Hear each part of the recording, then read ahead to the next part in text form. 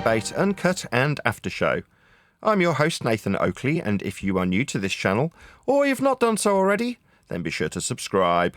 Hit the bell notification icon and join button if you'd like to become a Nathan Oakley 1980 channel member and keep up to date with the Flat Earth debate. If you would like to support the channel, there is a super chat that runs alongside each of these shows while they premiere, and there's also a PayPal, Ko-Fi, crypto and thanks button in the info box below the video. Speaking of Patrons, I'm going to do a quick shout out to all of you who do support me on Patreon. So, a massive shout of thanks and appreciation to Smith Tools and Purchase, Level Plain Poem, Vitali Z, Colton James, BG, Survive the Spin, FE Patriot, Thomas van der Zander, Chris Wouters, Sea Level Cultist, Mitch Kennedy, Rod, The Name's Burley, Jason Hornsby, JMels24, Unimento, Iron26, Endless, Retro Bill, John Kays, Patrick Gunnels, Banter, Hairy Blade, Mobile Max 777, Rob W, Dale West Watson, Unbelievable Productions, Blue Ridge Ranger, Abraham Mohammed, Skeptic 936, Texas Mike, Chowian Cat, David Wayne Foster, and Dank. So another massive thank you to all of you for supporting me on Patreon. Links to Patreon are below this video. And with that, I will hand across to whoever is in Discord and Google so you can enjoy their dulcet tones while I set up for today's live show. Hello?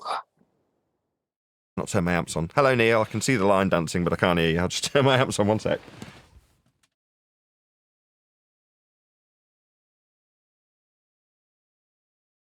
There we go.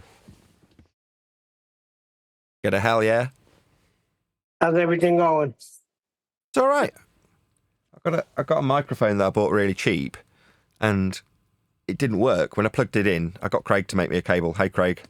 And it didn't work. So, gutted. I'll just stick it up on eBay or Spares or Repair. But I thought, maybe it's just not been used for a while.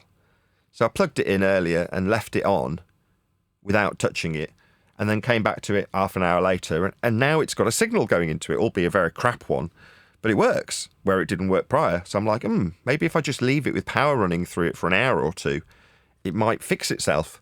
So that's exactly what I'm doing. So I've got, obviously this isn't the mic that I'm talking about, the one I'm talking into is working perfectly, it's a Neumann, but the Sennheiser that I've got isn't, and I'm going to leave it running throughout the whole show, and hopefully it'll fix itself. We'll see. Nice. I picked up a day's work today. Happy days? Well, getting a microphone to work for me is like getting a day's work. Yeah, that's why I mentioned work, because that's your work, and me, I picked up a day. I guess I'm power washing somebody's deck. So, oh well. It is what it is. That's good work. Gotta take whatever you can get. Well, yes, flooring, right? It's flooring related. Power washing a deck. My brother used to do that when he was a gardener. But I mean, floor's a floor. Well, the first time I worked with him, it was kind of insulting when he would offer me. But I worked a day for him. I think he gave me $200 anyway the last time I worked with him. So yesterday when he called, he said, "What are you looking to get?" I said, "You know what? Whatever you think is fair. Play that game, see how it goes." Fair enough. Watch him give me $50. I'll go nuts. Nah, he's pretty much. I know him from. Yeah, but not for 8 hours of work. Sorry. No, if it's 8 hours of work, no, maybe not. Not if you're doing that. But I know him from when I used to work at Times Square Church back in the early 2000s. So he'll do the right thing. Jolly good.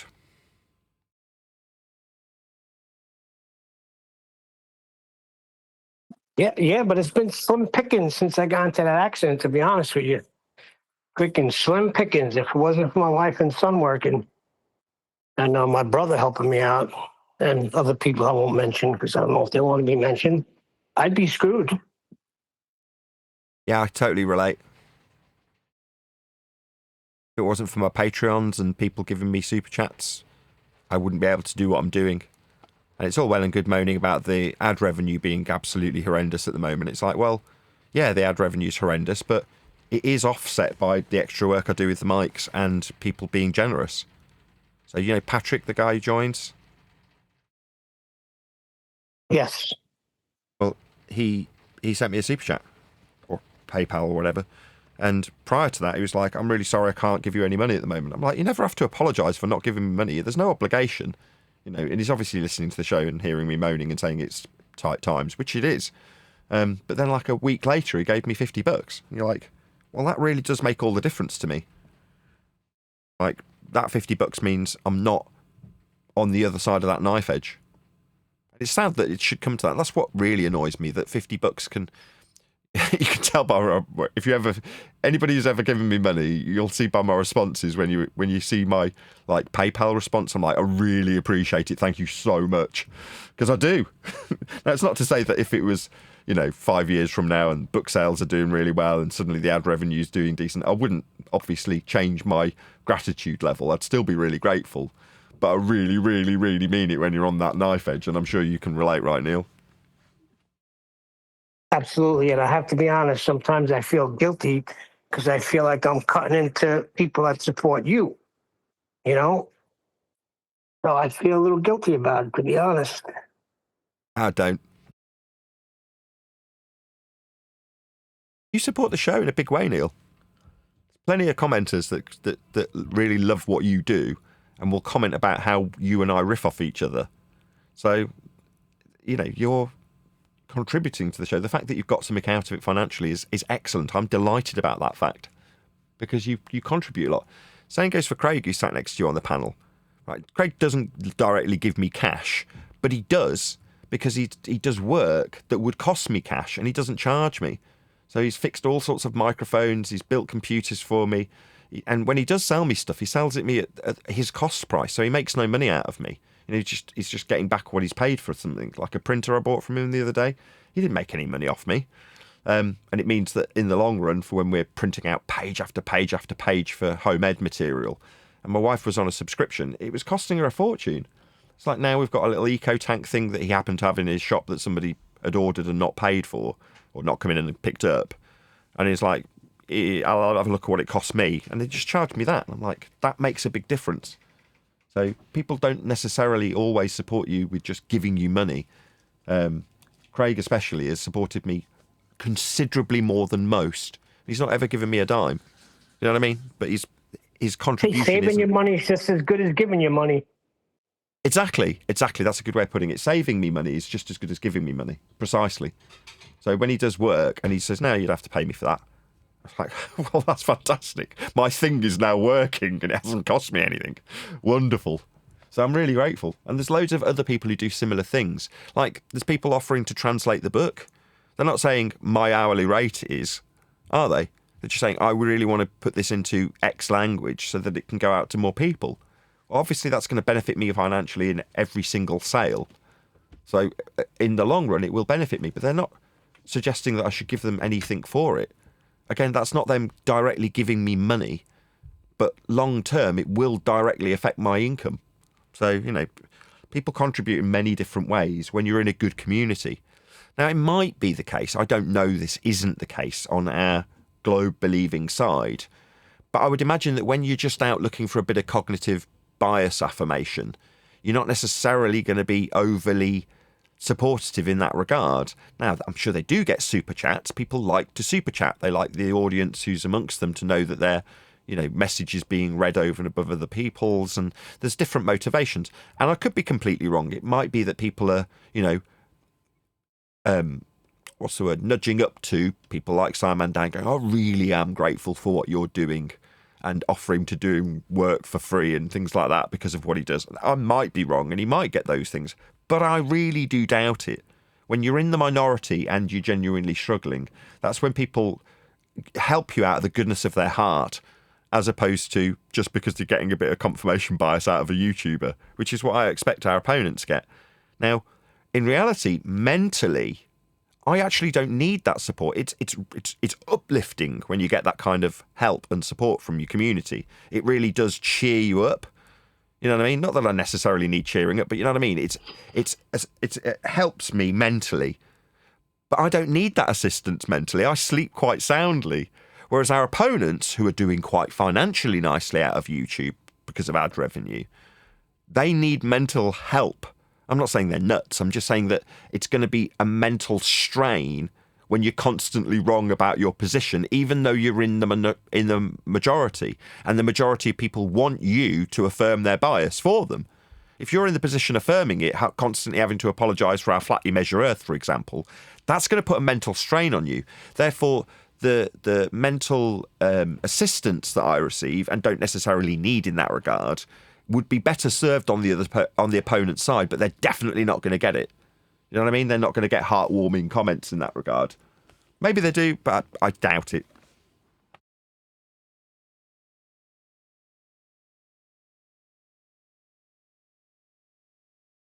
Friday, curry, payment time. Yes. Curry, yes, definitely.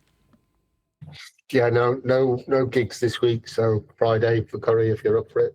Definitely. Neil still got that open invite to you. I know you're not going to bother turning up there. Minus the £3,500 round trip ticket. Yeah, we was discussing airplanes and how they glide a lot and how they don't use as much fuel as they have. One of those conspiracy theories. Oh my God. The whole jet planes don't need fuel garbage nonsense. Oh, they do need fuel because they've got to get up there, but they can, once they get high enough, they can glide all the way down. That's why they don't put as much fuel in as they say. Yeah. Not going there. We're not going there. I just remember various different flat earth YouTubers talking about the no fuel conspiracy in jetliners. And Chocolate Sayings worked at an airport and was like, I've pumped fuel into planes. What are they talking about? It's just nonsense. Yeah, but they say that the amount that they put in, it's not about do they use fuel? No, that's the sublime to the ridiculous, isn't it? But how much fuel they actually use, because they fill up the wings, don't they? They have compartments within the wings where they hold the fuel. Yes. So if those wings were pretty full of fuel, they'd be... if they were full of fuel, they can't be full of fuel, can they? There must be a compartment within that area. But, yeah, it's a lot of fuel to carry. Maybe they are more efficient than they let on, and I can understand that if you want to keep your ticket prices high. It's extremely anti-competitive, but, I mean, if that is the case, then, I mean, who am I to say it isn't? But when we're talking about how Earth gets measured and how we fly across Earth, and how it's logged in black box data, wouldn't it be better if we, flat earthers, were talking about the conspiracy of how much fuel they used rather than how they fly in level flight? So that's why, in my opinion, that particular narrative's been inserted into the flat earth community. So we can talk about anything other than how Earth gets measured. How much fuel the plane uses is a much better thing to brace against if you want to oppose a flat earther than, well, the planes fly in level flight, don't they? Because that's undefeatable. Oh, yeah. Yeah, no, I don't dispute that. I just, obviously, they need fuel to get up there in the first place. It's just whether they glided down rather than, they don't really need much once they get up there, you know. But, hey ho. But yeah, definitely they fly level. Can't argue with that. Do electrical devices that don't get used for a while break and then start working again after you start running power through them? Is that something that you've come across before? Yeah, well, there's lots of components that have electrical connections, solder joints that can get a bit dry. And yeah, electricity doesn't flow so well through things that haven't been used for a while, maybe. But as they warm up and get used more, then that can actually clear, yeah. I just can't quite believe it. I tested this, Mark. I'm sure you heard me, but just before we started, I tested it. Didn't work. Nothing. Just dead. Oh, that's very disappointing. And then on the way back, I was thinking maybe if I just leave it wired up and working for a bit, it might start working. I'll just give it a go. So I plugged it in, left it on for half an hour, came back to it, and sure enough, there's a signal running through it now. Terrible signal, a really low level with horrible hiss and stuff. But I'm thinking, maybe if I just leave it on for an hour or two, it might fix itself. I don't know if it's fully fixed, but yeah, if the components start flowing properly, there's always a chance. But the likelihood is they might die again quickly. But I think I heard you on it earlier, testing it, and it was a bit wavy. Yeah, it was a bit. Yes, you probably did. It sounded a bit distorted and a bit low output and a bit rough. But you know, if it works, it works, right? I can now put a demo video at the very least, which I've already made, of it functioning. It's like if it works to a degree, you're much more likely to buy a broken item. If it just does not work, it's like, well, where the hell do you begin? Whereas if it's working partially, I would be much more inclined to buy an item like that, because you think, well, like you say, you might just be able to change a couple of resistors on it and it might just start working perfectly again. Either that, or you could claim it's from a very old band where they didn't have stereo, and that waviness is to recreate that authenticity. I see. Turn the fault into a feature. You sound like you're very familiar with this process. That's not a fault. That's a feature.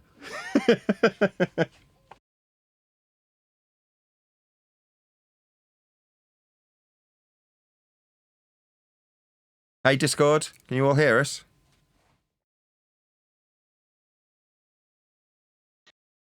Yeah, you guys sound fine. Oh, you did actually say hello. Nathan. Sorry, you did speak to Neil earlier, Vaxi. I just forgot.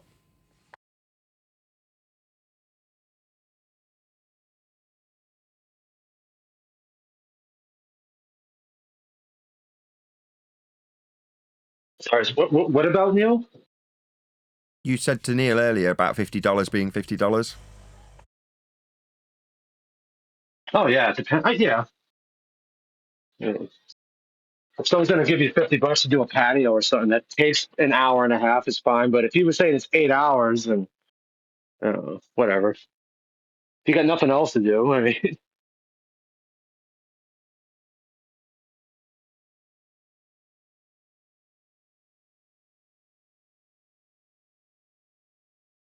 Anything anybody wants to cover today? Brian sent me a couple of videos, but I didn't really like either of them.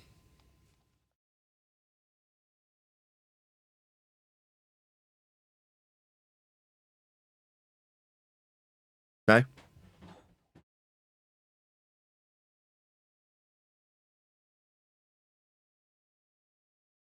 Alrighty then. Well, I'll consider Brian's videos when he toddles along.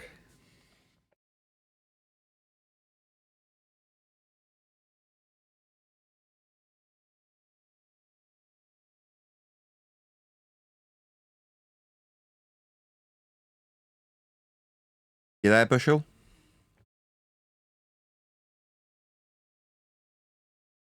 I feel like Bushel's probably at work right now.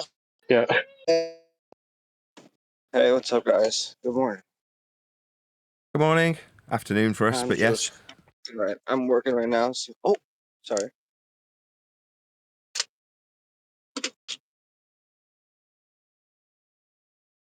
I was just gonna say, I'm just working right now. Same as yesterday.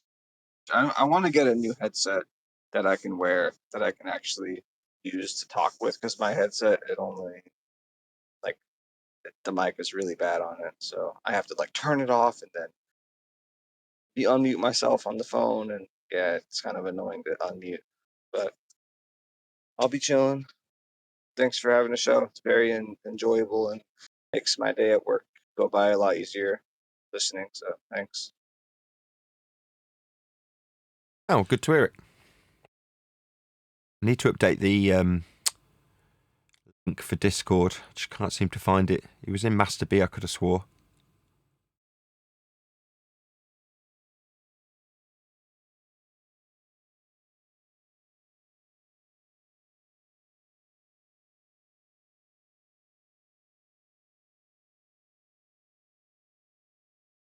Morning. That mumble. Good morning. You're really quiet.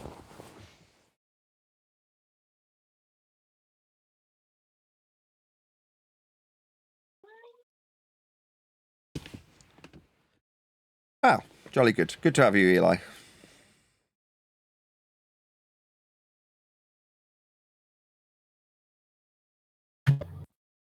What am I looking for in YouTube?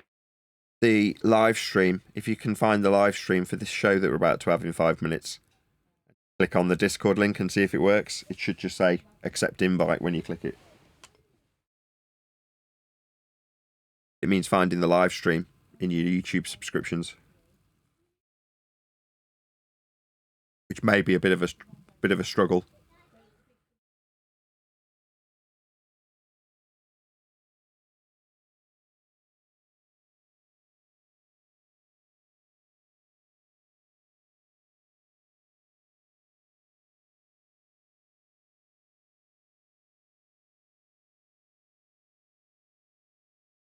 I'm sure you'll come off mute like 5 times and we can hear you pressure washing. Yeah, as soon as he gets a phone call.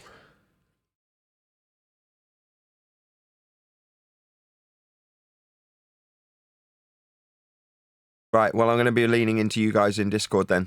So, you, Stevie, and Vax. Hopefully Surf Daddy's around. We'll find out shortly, I guess.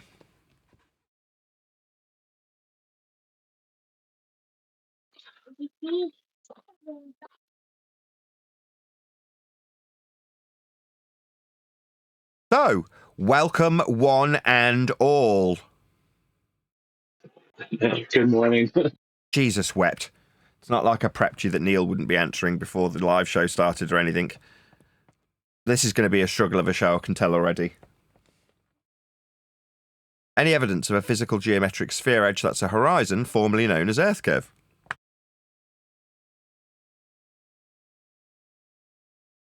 No.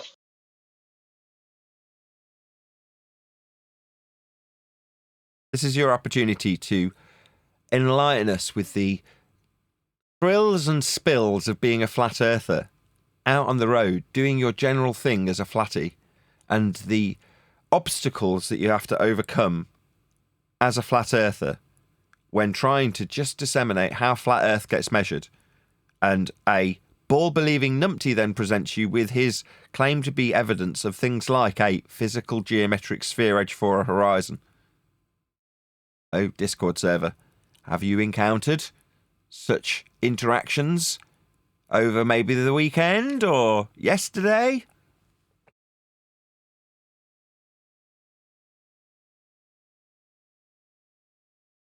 Like pulling teeth, literally like pulling teeth. There are 6 of you in Discord currently. My hands are tied. Say again?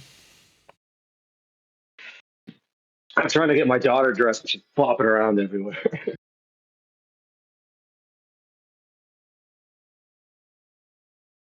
Okay, what about the guys in G+? Am I going to get any answers if I keep asking housekeeping questions, or am I just going to be speaking to myself?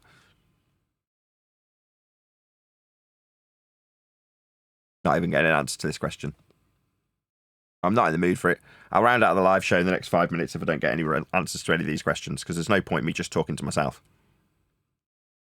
There is a link below the video if you did want to take pity on me, because literally none of my participating members are answering anything that I'm asking them currently. No? Gonna have the shortest live stream ever. I can't do an hour talking to myself. Especially not when there's 6 or 8 people around me.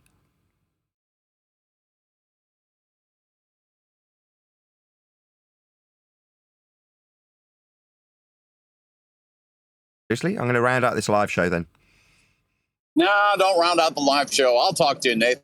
If none of these other milk toasted cream puffs are going to step up and say something, I'll play along. Excellent. Fantastic. Good morning. Fisherman in a box, ladies and gentlemen. Here in a pinch. Well,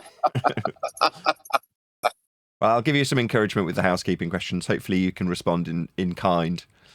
Any evidence of axial rotation of the Earth-based variety?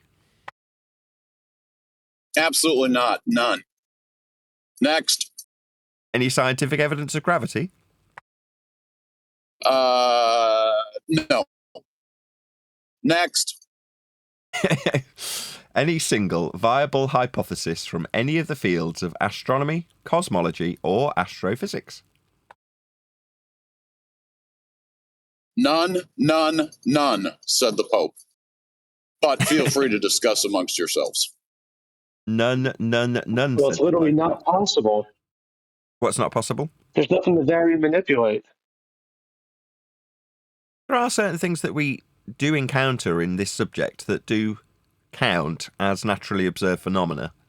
You know, the sun coming up in the morning, that's a phenomena right there. It's something happening. Anything that's occurring can be called a phenomenon. So it's not reasonable to say, no, nothing's a phenomenon. We're not experiencing anything. Well, yeah, we are, definitely. It's just the things that get claimed to have gone through the scientific method by our opponents are things like Earth shape. Now, in reality, Earth as a plane isn't even capable of having a description accurately ascribed to it with shape, because a plane's not a shape, and that's how Earth gets measured. But if you're going to convert a plane into a ball shape, you're going to ask your opponent what shape they believe it to be based on your belief that it's a sphere shape. But that still isn't a naturally occurring phenomena, and they would assert that that shape has been validated by science. Right up until we started pointing out that you need to adhere to the scientific method in order to claim you've got scientific empiricism with your claim of shape that isn't a phenomenon. Concrete noun. Any evidence of a self-perpetuating molten iron core at the centre of a presupposed spherical Earth? Yes. Okay. What evidence? Volcanoes. Okay.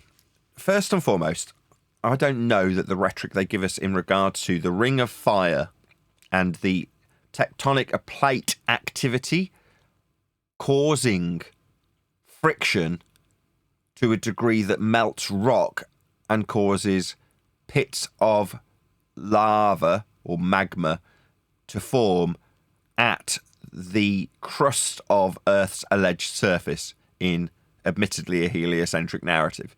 But that's got absolutely nothing to do with the core that is alleged to be in the centre of a presupposed spherical Earth. These two things are not connected in any way, shape or form. The ring of fire is tectonic connected, not molten core connected. I don't know if either story's true. That is to say, do you buy the story of tectonic activity creating a ring of fire? Do you understand and know that we are living on apparently floating, moving plates called tectonic plates? Do we know this is the case? That's what we're taught in school, but do we know it's true? Who has validated tectonic activity? I know we get earthquakes. I know we've got volcanoes before anybody lists those two things like they're proof. They're not. Those are occurrences, aka naturally occurring phenomena. The alleged cause is tectonic activity. Has that been put through the scientific method? Have people varied and manipulated the tectonic activity to cause the effect of volcanoes? I highly doubt it. Then where's it coming from? Use common sense. It's coming from the middle of the earth and spewing out. We don't have a middle of the earth. What are you talking about? This notion of having a centre is based on heliocentric derivations of flat earth radial values, measured flat, converted to sphericity, and then used to explain the magnetic fields by way of a magnetic ball that is, strictly speaking, beyond the Curie point in their own rhetoric, which makes no friggin' sense anyway. But that's their story to explain magnetic fields, not their story to explain volcanoes, as you suggested initially, Neil. No, don't you understand? There's veins. There's a bunch of veins that lead to the core, right? No. And every volcano has a vein connected to the molten iron core. No. And when it wants to go off, if it's too hot, the volcanoes erupt, cool down the core. No. That is not the story of the molten iron core. You've just made that up. That is not their narrative. Yeah, I did, but it makes sense, right? It doesn't make sense because, number one, there is no proof of a molten iron core to begin with. if there was suggested proof of a molten iron core at the centre of presupposed spherical Earth, it still wouldn't line up with their alleged tectonic activity, creating molten pits where they join and the friction creates molten lava. That's the story. Again, I don't know that that's true either, but it's certainly not connected to the core.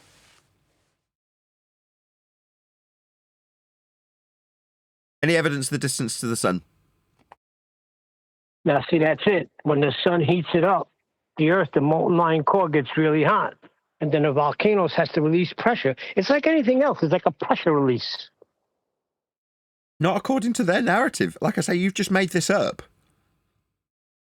Yeah, I'm coming up with a good narrative. If I would have came up with that way back when, we'd probably be all ballers. If the volcanoes were tied to a molten iron core, you believe that would assist us in being ball believers, Neil? Yeah, if they made it out like where they said that all veins connect to the molten iron core, they can't check anyway. So, you know, I like my story better.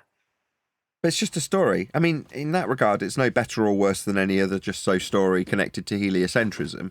And as far as I know, unless someone's going to correct me in the comments after today's show and say, no, we do know for certain that tectonic activity creates volcanic activity because, and then they lay out their demonstrable, provable, evidenced facts with cited sources for why and how and where and who. Maybe I'll accept it then.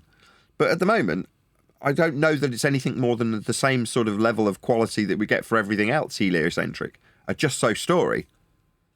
I mean, again, you can expand that out slightly further.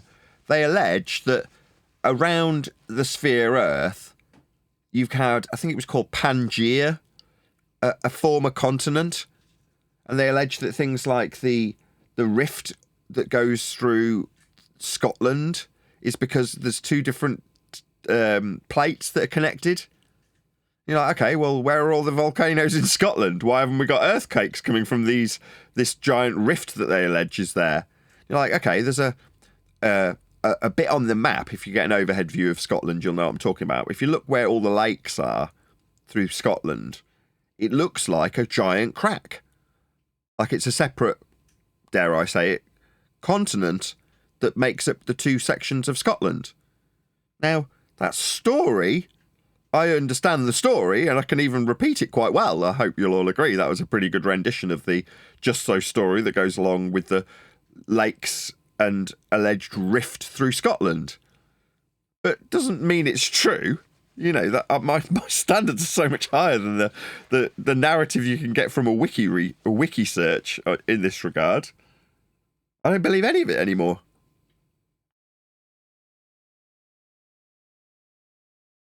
Feel free to leave me comments in this regard. If you think that you can justify or even prove that we've got tectonic activity, a ring of fire caused by tectonic activity, you're never going to prove that Neil's story is true because he made it up himself.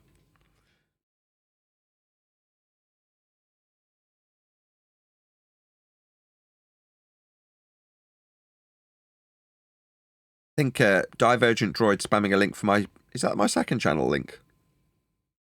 I think it is. It says Nathan Oakley 1980 channel.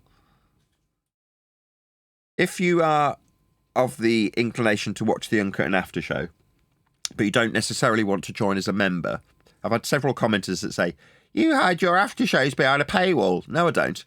If you want to watch the after show and you don't want to join as a member, you can. Just go and check out my second channel.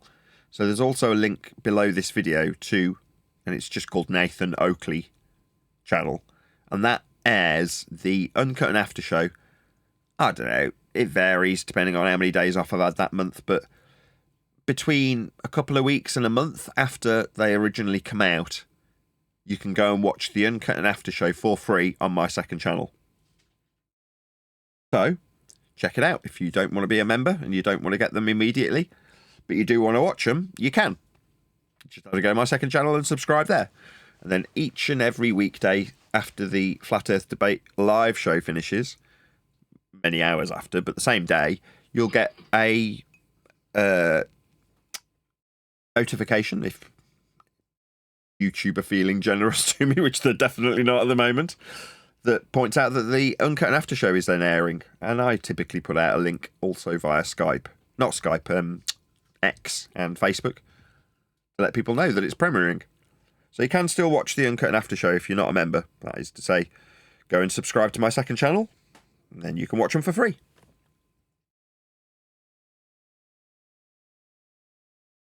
Were you all aware that you can watch the Uncut and After Show for free? You don't have to be a member. Did you all know that?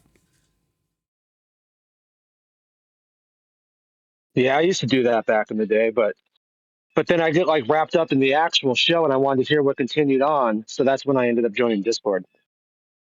Oh, joining Discord as opposed to becoming a Nathan Oakley 1980 channel member.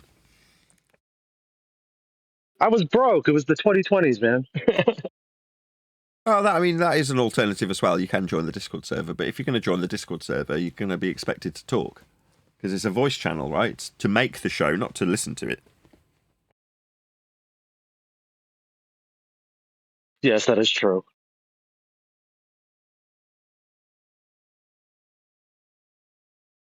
So there's no video to cover today. Hopefully Brian will join because he's shared a couple of videos with me and neither of them seemed particularly appealing unless I'm missing something that I didn't pick up on when I watched them the first time. But he's sending me some crazy stuff. Brian, that is. Hey, Brian? Yeah. Brian's Logic. Pointing out weird stuff that's going on in terms of YouTube promoting stuff that's clearly nonsense. I think it might have been off the back of me pointing out yesterday that True Crime Rocket Science was moaning about having to debunk conspiracy theories. So if you're a subscriber, you probably aren't. He's a fairly obscure channel, but True Crime Rocket Science covers things like the Madeleine McCann disappearance 20 years ago and keeps his audience up to date in terms of what the police are doing, what the British government are doing, and how that affects the case. And also what people are out there talking about the case and the conclusions that they come to. And he was moaning that he spends most of his time debunking garbage nonsense from his little channel. A bit like us, he's moaning that why would it be the case that everybody who's out there promoting lies and nonsense and made up stories with no evidence to standard them get promoted? He says it's almost like the YouTube algorithm likes to promote people who are lying. Yeah, they do, don't they?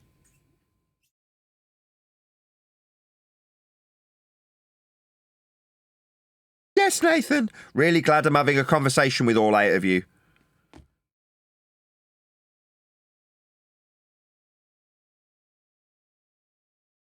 The YouTube just promotes what they want to get out. That's pretty much it. I mean, Also, hey, like something that the kind of aliens in sucks about October it. is going to get way more promotion than anything you say. Sorry. Well, for me, it seems to have gotten worse since we've been honing our argument and getting it down to a fine art in terms of proving Earth is flat beyond all argumentation can ever supply from the opposing side, to the point where our opponents are now agreeing with us. But even when they agree with us, yeah, okay, we measure Earth locally flat. And as we were discussing in the the after show yesterday, local is how far you can see and measure. So there is no non-local measurement. You're only measuring what you can cope with in your vicinity. If that happens to be 100 miles, then 100 miles is local. Now, surveying is just surveying. Splitting it up into 2 categories so that you can suggest that the geodesic version of the surveying does it on a ball when they're both using the exact same processes like rise over run and trig. They're both measuring it flat. But this sort of divide that they've put in place so that you can make a suggestion of sphericity and go to the textbooks that say, yes, here's how you measure horizontal distance to do rise over run. Here's how you level your tool to the plane of the horizon. Because it's a really big ball. People will take the because it's a really big ball bit and not actually look at how that's practically applied to the surface measurement with horizontal distance. AKA Earth's being measured flat, but the textbook will say it's a ball after pointing out all of the flat Earth prerequisites and measurements that we make of Earth. That's the world we live in. But if you are to go along with the rhetoric of, yes, we measure Earth flat because it's a really big ball, which is nonsensical, then you'll get promoted. If, like we point out that you're measuring Earth flat because it's being measured flat, and then you don't add on, because it's a really big ball, which makes no friggin' sense, then you'll be demoted. That subtle difference is enough for me to struggle on YouTube and people who oppose me to get tens of thousands, if not hundreds of thousands of views off every single search that's directed towards them in this subject category. But that's not unique to us.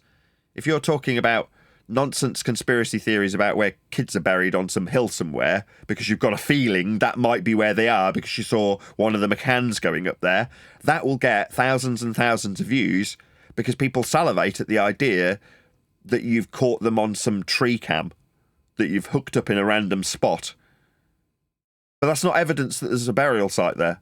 But that will be promoted. That utter garbage nonsense waffle that's spewed out by idiots gets promoted.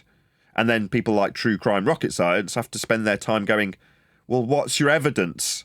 You haven't got any. Why is everyone gobbling this up when there's absolutely nothing to substantiate it whatsoever? Now, for us, it's more egregious, as I say. They're using our standards and our measurements to promote their nonsensical garbage. They've hijacked everything about Earth and how it gets measured, flat, to suggest we're on a ball. Very frustrating.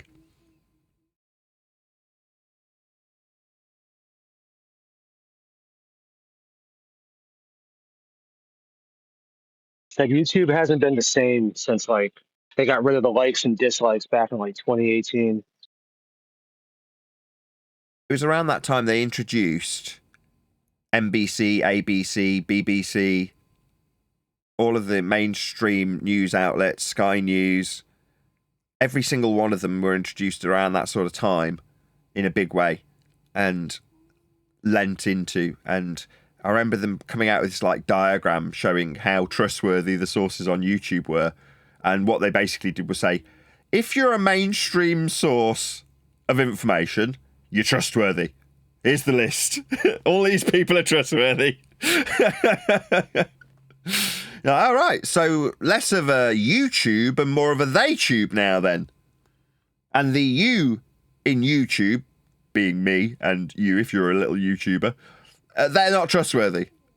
Unless, of course, they sit completely in line with anything mainstream. Then they can be promoted.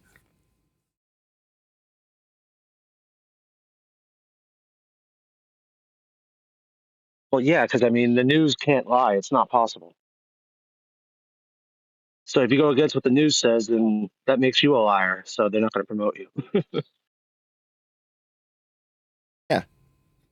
But they'll do flip-flopping all day long. They'll tell you 30 years ago that there was no such thing as aliens, and the kooks and weirdos that go around saying that there's little green men coming from outer space are just idiots and to be mocked and ridiculed.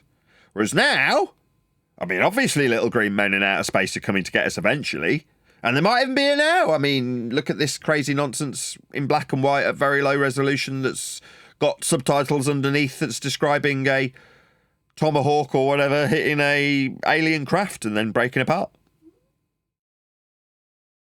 Hello. Hello. That one deck. Yeah, how you guys? You all right? Yeah, it's like pulling teeth today. It's very slow. I'm praying Brian joins. Otherwise, it's going to be a really short show. Oh, right. But well, the Earth's measured flat, and the Greeks all knew that. They did indeed. I mean, that's fine on the local scale. Local being any scale you can measure Earth with.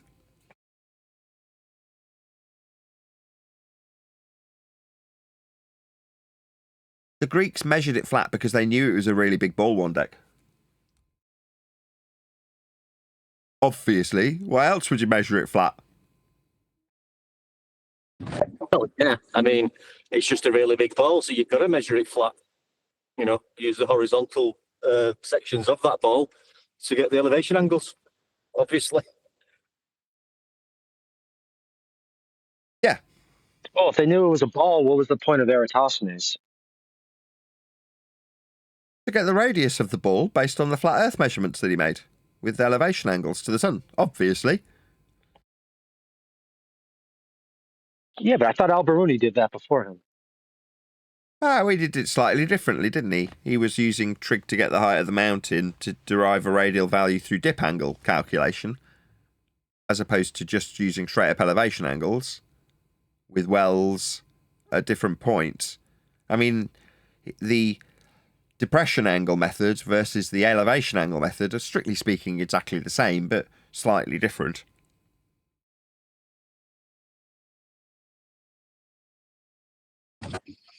I can't It's either believe wells or that, sticks and these. shadows. There's two versions to it.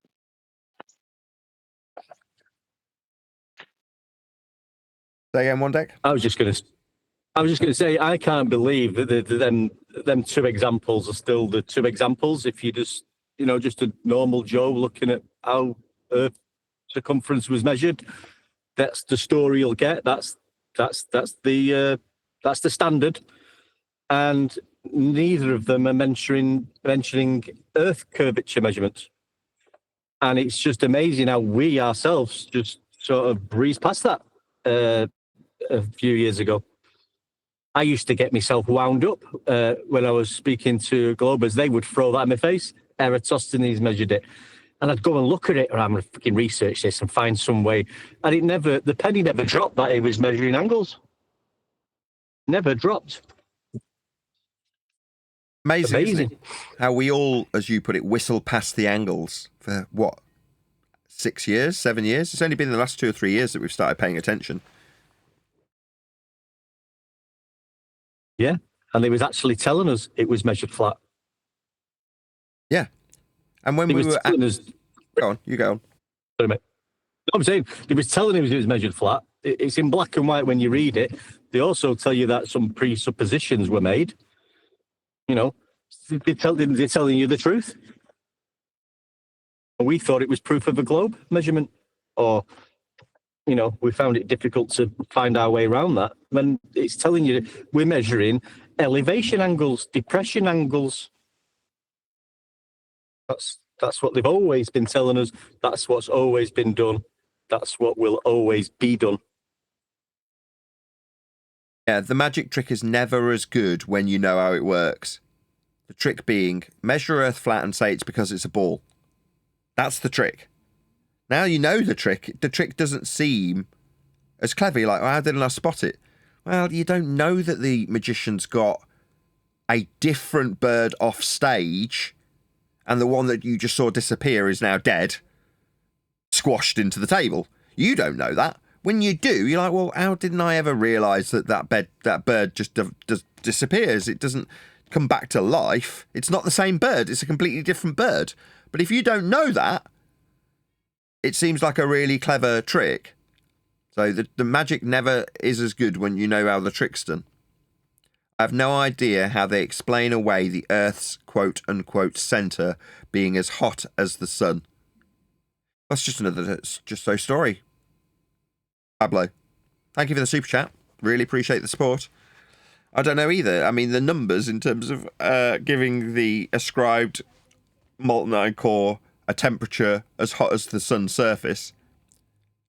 It's been a while since we've actually gone through the general rhetoric of why we have an oversized molten iron core based on the story they made up themselves. But in the heliocentric world, after you've measured Earth flat by either Eratosthenes or Al-Biruni method of horizontal distance measurement, elevation angles, trig, all flat Earth prerequisites. Once you've got your flat, circular, radial value for things like an outside edge with Polaris for an equator, you can convert those into sphericity, give you orbital motion through Keplerian mathematics, bastardizing the original flat Earth measurement, and then scale it with Huygens' suggestion that the transit of Venus, if Venus is the same radial value you just measured flat, then you can scale through Keplerian mathematics the distance to the sun. Once you've got all those things in place, you can start creating stories about the orbital motions that Kepler invented after measuring Earth flat. Now, those orbital motions have a particular motion of a planet called Theia. And that planet is alleged millions of years ago to have been on a orbital path that came very close to Earth frequently, but eventually would reduce down to the point where it wasn't close to Earth, it was colliding with Earth but not directly impacting it so much that it obliterates the Earth, more a glancing blow, where Theia is obliterated, but deposits its juicy and delicious molten iron core into Earth's molten core, meaning that we have a larger molten iron core at the same or similar temperature to the surface of the sun, as was alluded to by Pablo a minute ago in the super chat. Now, that is such a happy coincidence that it also happily explains why we have the moon formed through 110-year out-of-date forces of gravity and the accretion thereof, pulling all of the debris from Theia into a giant ball we now call the moon. For happy days, but for the fact that they made up a story about Theia smashing into the Earth that was measured flat and put into motion by Kepler, we wouldn't have a juicy, delicious molten iron core at the scales and time frames that are given to us by heliocentrism, because they made it all up themselves. Aren't we fortunate to live in a time where people can make these stories up and tell us why we've got an oversized, fantastical, never proven molten iron core beyond the Curie point, providing us with all the lovely magnetism that we experience for compasses to work on a flat plane?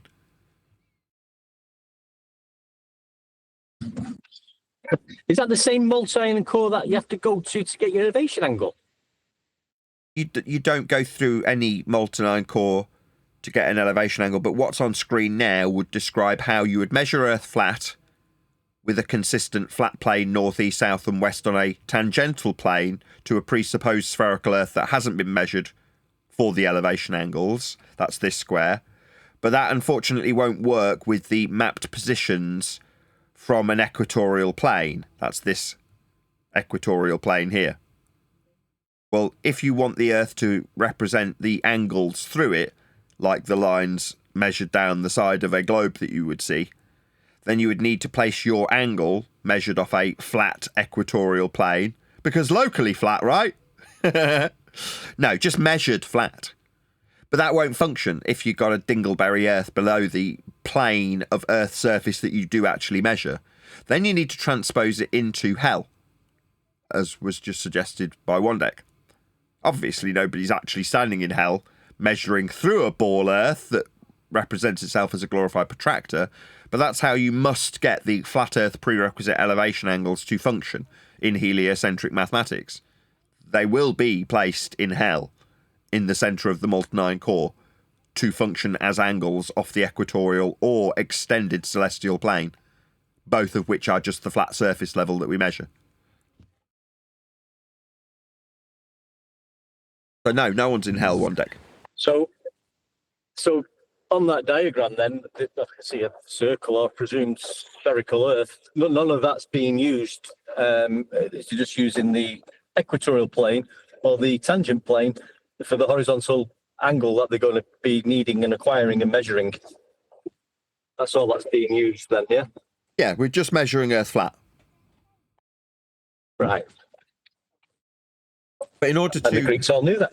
Yeah, well, you're transposing it into a Polaris-centric system, originally North Pole-centric only, and then transposed with a second hemisphere sandwiched in terms of the flat equatorial planes, plural, one antipode from the other.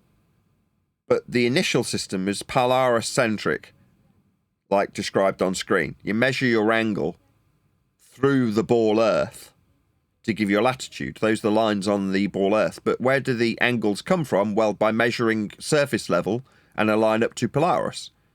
1 degree gives you 60 nautical miles as you back away from it if you were at its zenith originally. So backing away from it means for every 60 nautical miles that you recede from Polaris's position or from its zenith, that's Polaris, will drop 1 degree in your field of view with respect to a flat plane. That's how it's measured. That's what latitude is. Obviously, that doesn't work if you're on the outside edge of the protractor you measured with, but if you call that the ball Earth and put these little lines around it called latitude, then you can pretend that you're standing on the outside edge of the protractor you measure the star with. But when it actually comes to measuring the star, you need to be inside the ball, as depicted here on screen, to make an angle off a prerequisite flat Earth elevation function for latitude. Now, as depicted, north, south, east and west can only and will only be describable on a flat plane. Directions are flat. What makes me laugh is when you're talking to a ball, you're explaining about how latitude's measured 90 degrees to 0 degrees to and from Polaris appearing to disappear at the horizon. They think they've somehow got something over you when they ask you then, well, how was latitude measured on the southern side of the equator? As if that we've not measured that angle to there in the first instance, and now it all becomes about a globe for some reason. But I don't know why they asked that question. Any ideas, Nathan? Because in their globe model, if you want to call it that, it's actually more over the celestial sphere that's been hijacked. You can place the southern hemisphere antipode from the northern hemisphere. So then you've got a full 360 protractor, but the limitation is the equatorial plane. Now, that doesn't mean that the equatorial plane is the limit that you can measure southern stars from a northern position. Once you get beyond Polaris's zenith, certain northern stars will appear in your field of view.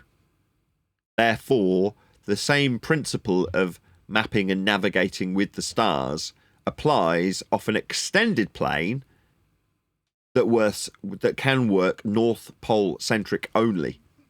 But once you go beyond the equator and you no longer have the base of the system to begin with, that's Polaris, they assume that means that you've got an antipodal mapping system where you are inverse to your beginning at Polaris. Now you're not, and all of the measurements in the south still rely on measuring a flat planar surface for elevation angles to the navigation stars that we actually do use in the south. Now, we're not using Sigma Octantis as a navigation star. It's not a visible star. Whether it's there or not is irrelevant.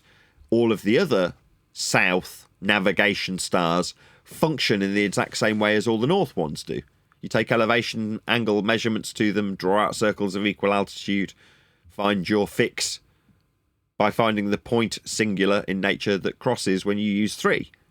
But you can do that beyond the limitations of a globe Earth with its equator being the limit that you see Polaris at, from inside the ball.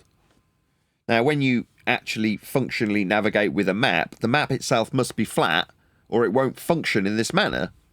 So to get from a ball that you've created with the celestial sphere, with a limited ball within, with you within the ball, measuring angles to stars through a globe Earth that's actually a protractor, you can't measure on the surface of the ball. So you then have to map the points from the ball out onto a flat map. That's what's on screen now. What this is the projection process from from globe Earth, with its flat Earth origin measurements, to a flat plane called the Mercator. You plot the points out on a tube and then cut the tube down the middle and roll it back out flat again. So you go flat Earth elevation angle measurements, ball Earth conversion, flat Earth map. But then when you've got your flat Earth map, which is heavily distorted, you can blame the distortions on it being a ball map, which it isn't, it's flat. But you can say because it's come from a projected ball, that's why you've got all the distortions.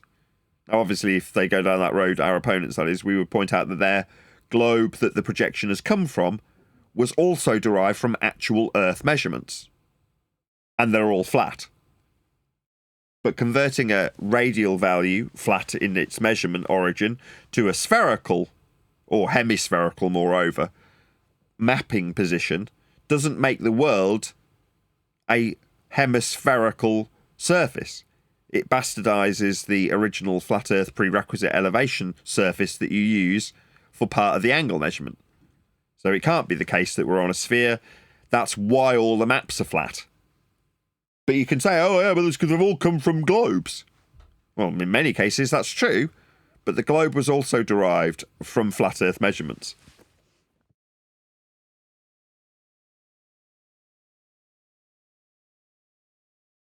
I think they also use mean- equatorial constellations, which is a good bit like all the zodiacs, Orion's belt. Those are seen in the northern and southern latitudes most of the time, and you can extrapolate out from that their angle from Polaris. I think.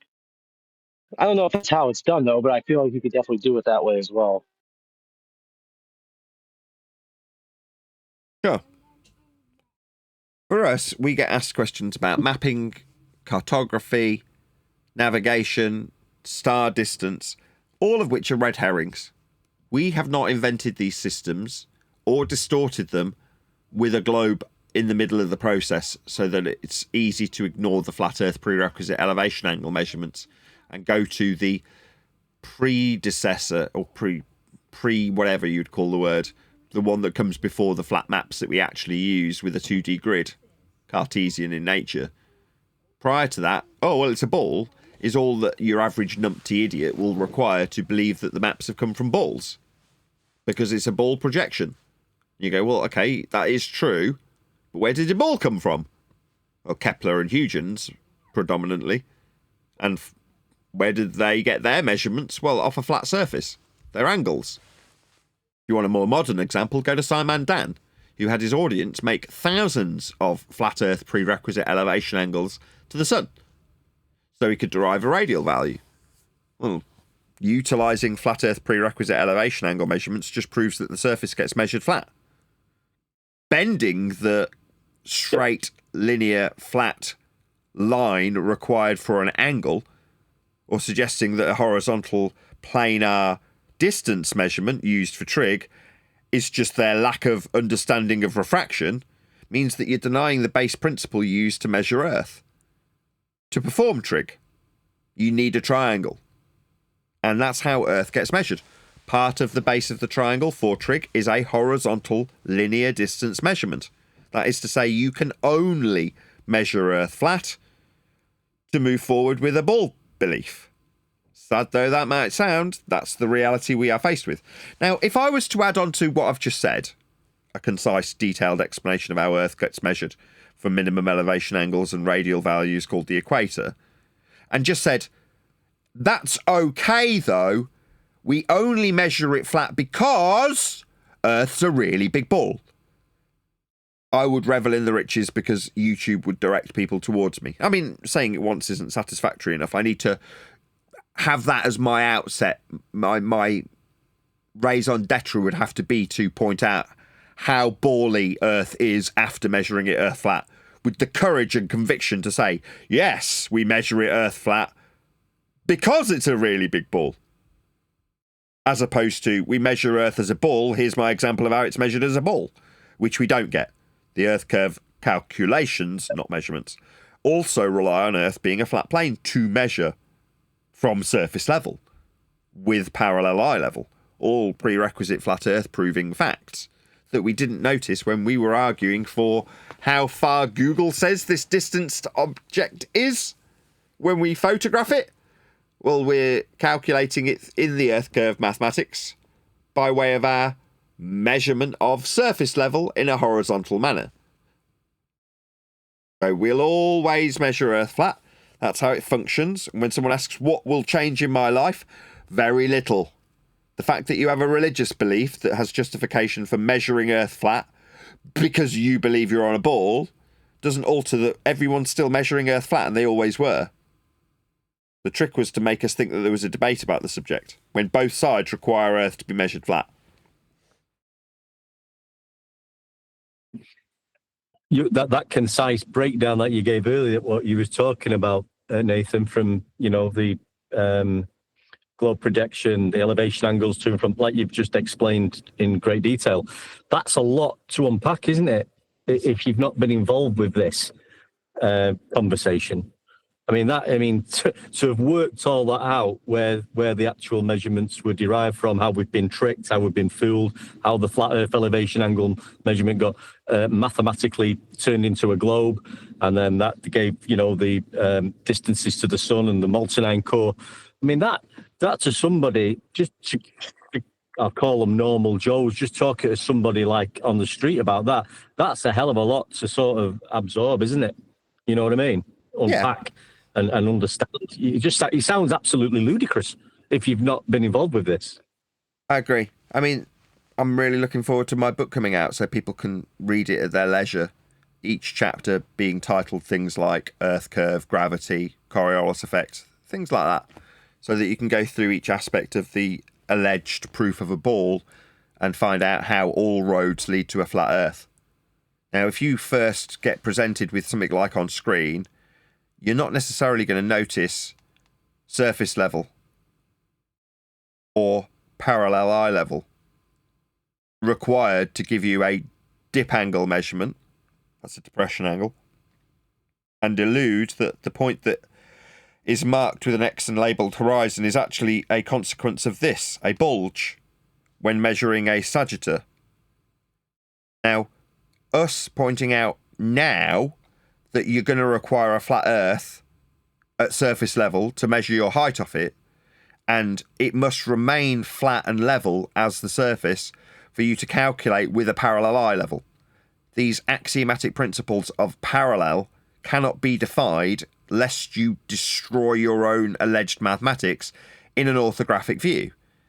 It took us a while, and the first point that we reached was that this isn't a view you can ever attain. You're never going to see the side of your own head and the target inside profile when looking at something in the distance. What you actually see is a flat horizon from left to right. It's not a single point marked with an X and labelled horizon in a begging the question, proof of nothing, perspective hijacking Earth curve calculation, which requires you measure Earth flat at surface level. What's that I hear the baller saying? No, surface level's bent. No, it can't be. It won't be parallel with eye level then. The maths fails. It's required to be a flat plane that you measure your height off and calculate the dip angle based on parallel, eye level and surface level. Now, it's right there in the maths. It's labelled. But did we notice? No. Because it all seems really complicated when you first come across it. Now, last couple of days we've been talking about 10th Man, who took his time explaining, educating, and disseminating all of the facts of celestial navigation to us. But through that process, we basically learned how Earth is actually functioning for navigation. And from that, we figured out that the functional use of navigation stars is the base origin for all Earth measurement, including but not limited to Earth as a ball. Therefore, to suggest Earth is a ball, Earth was measured flat. Now, that was a long road to get to the most concise and consistent descriptions that we give today. But for the fact that we had 10th Man taking us through this, we would never have figured it out. Because it's all shrouded in complications. Ed, whoever that was. Don't forget though, Nathan, a lot of the ballers have been doing celestial navigation for years. And they're professional navigators. No, they're not. Navigators, and the Mariner sextant only works on a globe to get the elevation angle from sea level. And what they actually did was you had people like Wolfie 6020 lie about how planes function. So he's a professional pilot who, in order to retain his ball belief, chose to lie about planes nosing down around Earth curvature, which they do not. They fly in level flight. Now, after his initial lie, he then spent, 8 years trying to preclude flat earthers from finding their way to pitch data, because it, in essence, highlighted just how egregious a liar Wolfie the pilot was. Now, I say was past tense, because now his rhetoric's completely changed after sitting in front of Will Duffy.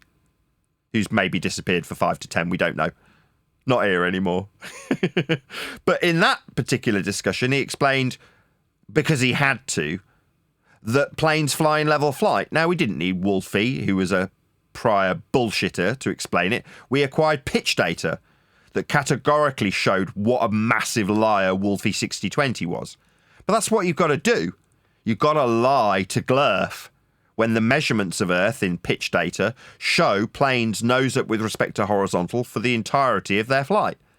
Measuring flight level with respect to surface level, parallel with the ground, meaning one thing and one thing only. Earth is flat. To believe you're on a bull, you got to lie about it, like Wolfie did. Got to lie to Glurf.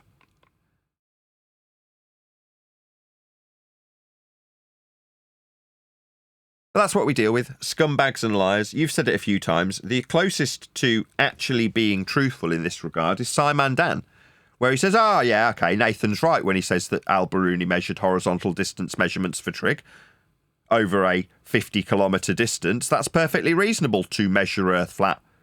But that's only because it's a really big ball. You go, okay, so you understand that I'm not just making it up when I cite specifically surveyors measuring Earth flat then. That's because surveyors measure Earth flat. No amount of interjection with words like approximation. They're surveyors making measurements of horizontal distances. And it's not just local either. It's all measured surveys of Earth are flat. There are no exceptions to this fact of flat Earth measurement.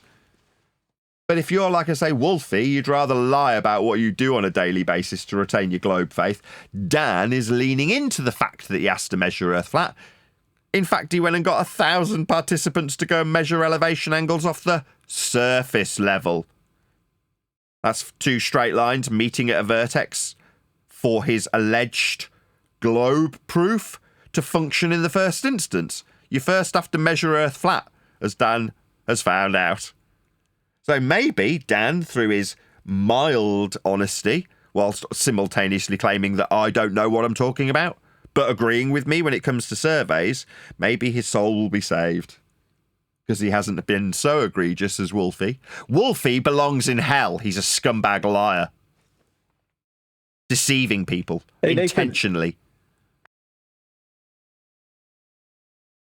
Just going on about straight and level flight. There's a little video posted there. I don't know if you've watched it. It's only 4 minutes, but some of the terminology that the pilot uses is exactly what we're telling people. Just sometimes nice to hear it from the horse's mouth. Don't know if you want to watch it or have a little look at it. Epic Flight Academy, this one. Yeah.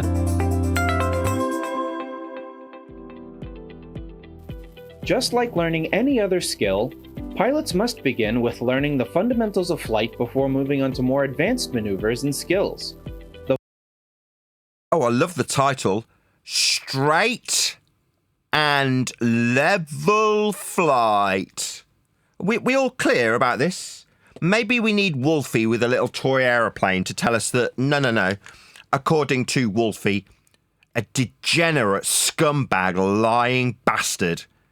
He says that this isn't what we do. He had a little toy plane moving around a curve. Lying shitbag. Yeah, that's what Wolfie is.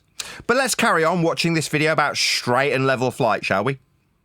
The 4 fundamentals of flight are the building blocks necessary to develop the skills needed to be a great aviator.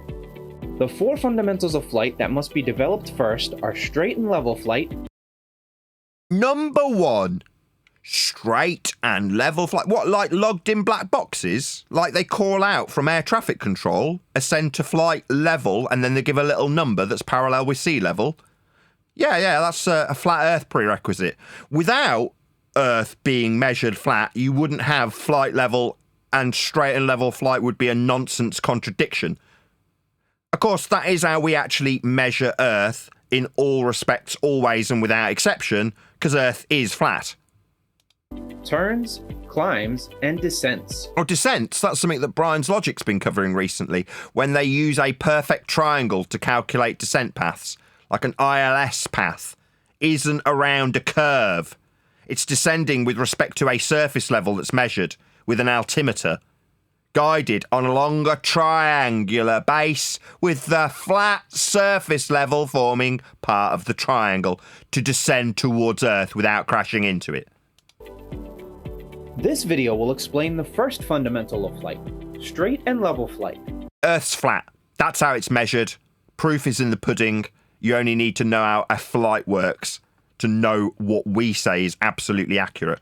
I mean, you can go to bullshitting charlatans like Wolfie6020 who'll just lie straight to your face about something he does for a living because he's got a ball faith that he needs to defend. Now, he'll lie about that for a straight number of years, 8 of them, until he has to sit next to Will Duffy and completely contradict his ongoing lies. Meanwhile, we didn't need Wolfie to lie to us about how flights work. Flights work on a flat Earth with straight and level flight. But you can go to your bullshitting gurus like Wolfie6020, who'll lie straight to your face. While a plane is in straight and level flight, It proves a flat Earth. the pilot maintains the desired heading and altitude. Altitude is measured off surface level. Heights only exist on a flat Earth. You can't have altitude, full stop, on a globe. There is no such beast. You only have in or out with respect to a gravitational pull to the centre of Earth. That won't give you an altitude, ever. Altitude is off sea level. You don't have altitude on a globe. This can be done by using sight pictures or looking outside of the airplane for specific references. The first step in straight and level flight is to set up the aircraft.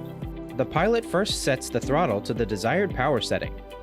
In Epic Cessna 172s, this is around 2300 RPMs, and the ailerons and rudder are neutral. Once this is accomplished, the pilot now uses specific sight pictures to confirm they are in straight and level flight. The first sight picture the pilot uses to identify straight and level flight is looking to the right and left of the aircraft and referencing the wings and horizon. If the wings and horizon are parallel, the aircraft is in level flight. If the My wife learned how to fly on a Cessna. She just doesn't know which one. Fair enough, it was probably about 20 years ago. But that's interesting as well, Nathan. Not only that, but that's interesting. He's using the horizon now and the wings to maintain horizontal, straight, level flight. So you're using things like the horizon. We use the horizon in many ways for horizontal.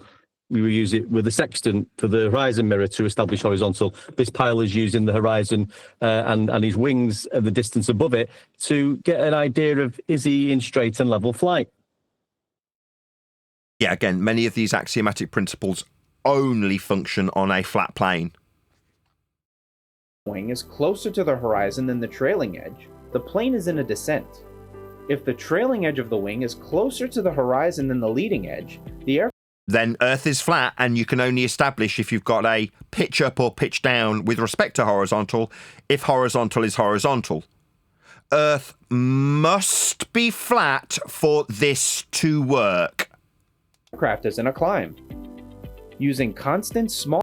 A climb, what, with respect to a surface level, like climbing away from the surface level? Yeah, Earth is required to be a flat plane to describe this at all. Just so we're clear, Earth is measured flat. Because Earth is flat. All corrections, a pilot can keep the aircraft's wings and horizon parallel and... Parallel is something that only exists on a horizontal planar surface. You don't have parallel if we're on a ball. It's a violation of the principles used to not let people die when flying planes. So we're clear, but for the fact that Earth is flat, people would die when flying planes. If they assumed it was a ball, they'd have a void opening up ahead of them and they wouldn't have the axiomatic principle of level, parallel, surface, level flight. None of these things work unless Earth's flat. Correct for any climbs or descents. Also, by referencing and comparing the distance between the wing and horizon on both the right and left side, the pilot can determine if the aircraft is in a turn or if it is flying straight. So we're clear, Earth has to be flat in every direction so that we can measure a difference between the wings and the horizon in the vast distances that are being demonstrated on screen now. So where's the dropping away from horizontal? Oh no, we can't have an axiomatic horizontal if horizontal drops away from the horizontal, as is suggested by ball believers, numpty idiots who want to retain their faith. Or alternatively, lying scumbag disingenuous pilots who suggest that they're continuously nosing down in violation of the black box data we've got measurements from. That would be Wolfie20, who deserves to be in hell for his egregious scumbaggery and lies that he's told the entire time he's been on YouTube. What a scumbag. That's Wolfie6020, a lying, disingenuous shitbag liar. If one and is Nathan, closer to the horizon, sorry, mate, you're correct. I mean, this is a great video because he's continuously referencing straight and level flight. He's referencing the horizon, like you pointed out, which is the horizon is referencing the surface of Earth, by the way. So we're using the surface of Earth to establish horizontal, straight and level flight. This is a pilot telling us how it's done. He's showing you how it's done. And how you can just look out the plane and use little tricks and little sightings of the wing for them two straight horizontal lines for straight and level flight. I mean, come on, guys. But why is it that Wolfie has gone on YouTube to pass out disinformation about nosing down around balls then, in complete defiance of what we've got in measured black box information used to study life and death investigations? And we've got this guy explaining how level flight works with horizontals, parallels, the horizon, level surfaces. All of these things are in defiance of what Wolfie has bullshitted about to his audience. What a scumbag. You belong in hell, Wolfie. the aircraft will be turning in that direction. Using small, constant corrections to equalize the distance between each wing and the horizon, a pilot can keep the aircraft's wings level and prevent undesired turning. The next sight picture associated with straight and level flight is looking forward through the windscreen. The pilot uses an object far in the distance, such as a building, road, body of water, cloud, or other terrain as an... So things in the distance can be used to maintain level flight. Not if they're falling away like Wolfie6020, the disingenuous scumbag liar who belongs in hell, has suggested with his little toy aeroplane. Now, Wolfie6020's just a lying shitbag, isn't he? Just a complete scumbag. A liar, somebody who deserves to be in hell. And what's he done for the last 8 years? Tried to hide his egregious scumbaggery and lies. Why? Well, because if you're a ball believer, you've got to lie. You've got no choice. You can't accept the axiomatic principles used in level flight. If you're a scumbag ball believer like Wolfie6020, you'll just lie with a little toy model of a plane and a ball underneath it. Scumbag. an aiming point. This pilot should turn the aircraft towards the object and keep the aiming point in the same area on their windscreen. Not according to Wolfie. According to Wolfie, he'll be nosing down with respect to a ball. I mean, that's not what we get shown in black box data. That's not what the NTSB use to investigate when people die on aircraft. It's just what Wolfie6020, the disingenuous scumbag liar, lying to all of his glurf audience, told them. Now, we knew he was lying, but we got cast down, shouted and told that we were abusing our kids. That's what we got in response to us pointing out Wolfie6020 and his disingenuous scumbaggery and lies. That's what we got. Meanwhile, it turns out that Wolfie is just a disingenuous scumbag liar who belongs in hell. Because he lied through his back teeth and then spent 8 years defending his egregious scumbaggery and lies that he used to prop up his religion of being on a ball, in spite of how we measure Earth and investigate death when utilising black box pitch data, or describing level flight as being done admirably here by this gentleman, pissing in the face of Wolfie's egregious scumbaggery and lies that he's told for years. That's why it's good, Nathan, I think. Sorry. That's why it's good, like we did with the surveying and this example, of using these videos, because I'm getting sick of listening to idiots telling us that level's not level and horizontal's not horizontal, sea level is curved. When obviously, and Wolfie68, whatever he's called, don't know the guy, using a model plane around a basketball probably. This is a professional pilot in the plane, flying, giving you a a true example of what's being done and what's being used to stay in straight and level flight. So the more of these videos that we can use from professional people, not idiots, the better, because it's exactly what we're saying when we describe how Earth is navigated and used and measured and mapped. Right. But Wolfie 6020 is also a professional pilot. He's lent into the fact that he's a professional pilot flying jumbo jets to suggest that when he lies about how Earth is measured, we need to trust him because he's a professional pilot. When in reality, if we actually knew which airline he was flying for, we could point out how he's lied to millions of people. Plane to fly straight in the direction of the object. Not that I'd want to. I mean, I don't engage in that kind of scumbaggery. It's only the people on the glurf side who have to lie, and when we point out how they lie, they'll attack us and our families to try and prevent us exposing them as liars. That's how the system works.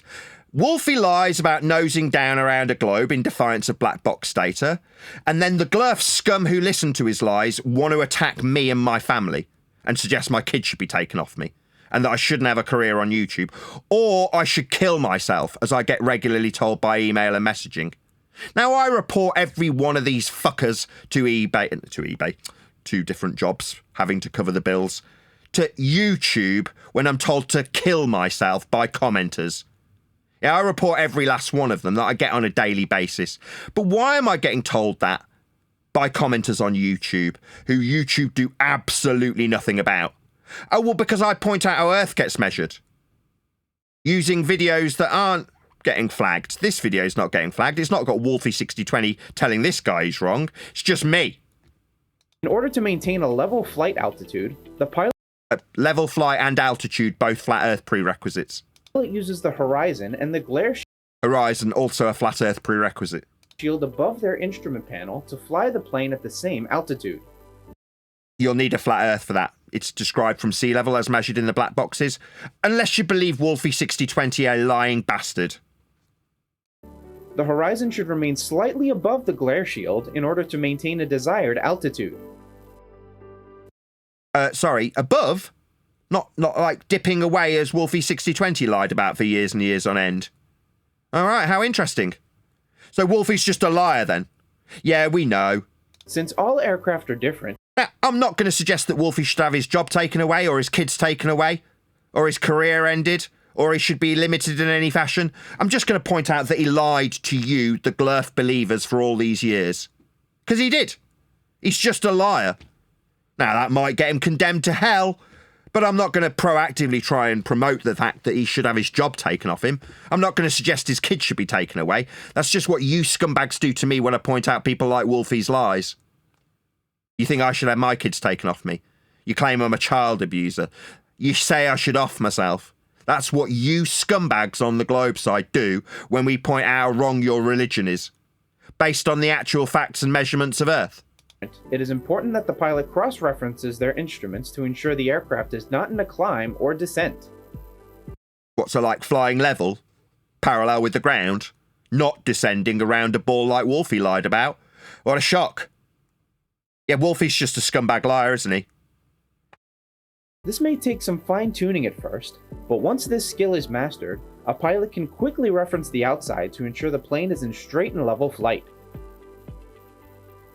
After referencing the necessary sight pictures, the pilot scans their instruments to cross-check they're in straight and level flight. I get this guy, Epic Flight Academy, regularly recommended when I do a search for my own name. So, to find out who's been making scummy videos about Nathan Oakley, I'll type in my own name and search. And often, I get Epic Flight Academy come up. Now, it's never ever referencing me. There's no details. I don't think the guy who makes the videos is called Nathan. But I regularly get this guy presented when I do a search for myself. I have no idea why. Nevertheless, I'm going to link this guy's channel in my live stream chat. So based on this video alone, if you're interested in flight and you just want the nitty-gritty of how Earth gets measured flat to fly in level flight at a flight level then you can go and check out this guy and subscribe to him. Please let Epic Flight Academy know at Nathan Oakley 1980 sent me with a polite comment that doesn't immediately get wiped out by the YouTube algorithmic bots. But yeah, definitely worth a subscription. I'm going to subscribe to him now. So I advise anybody who's watching to do the same. Their airspeed, Nathan, before altitude, I and just heading think should it's- remain constant. Go ahead. Sorry, mate. I just love it because he's constantly referencing straight and level flight. He continually is saying it, not to drum it into anybody that it's something false that they need to believe, but it's important to know this is what he's doing to be in straight and level flight. You know, and he's constantly reminding you about that. Constant. Their attitude indicator should not show a climb, descent, or turn. Their inclinometer, or slip-skid indicator, should show the aircraft is coordinated, and their vertical speed should be 0 feet per minute. After the instrument scan is Only possible if Earth's surface is flat. Now, like I keep saying, Wolfie showed nose down toy planes with respect to a ball. Just a liar. Just a scumbag. complete, the pilot begins scanning their sight pictures again. This process is continuous throughout the flight. It is important that pilots spend 90% of their flight time scanning outside of the aircraft for traffic, terrain, and weather, and 10% of the time inside the cockpit scanning instruments and doing other tasks.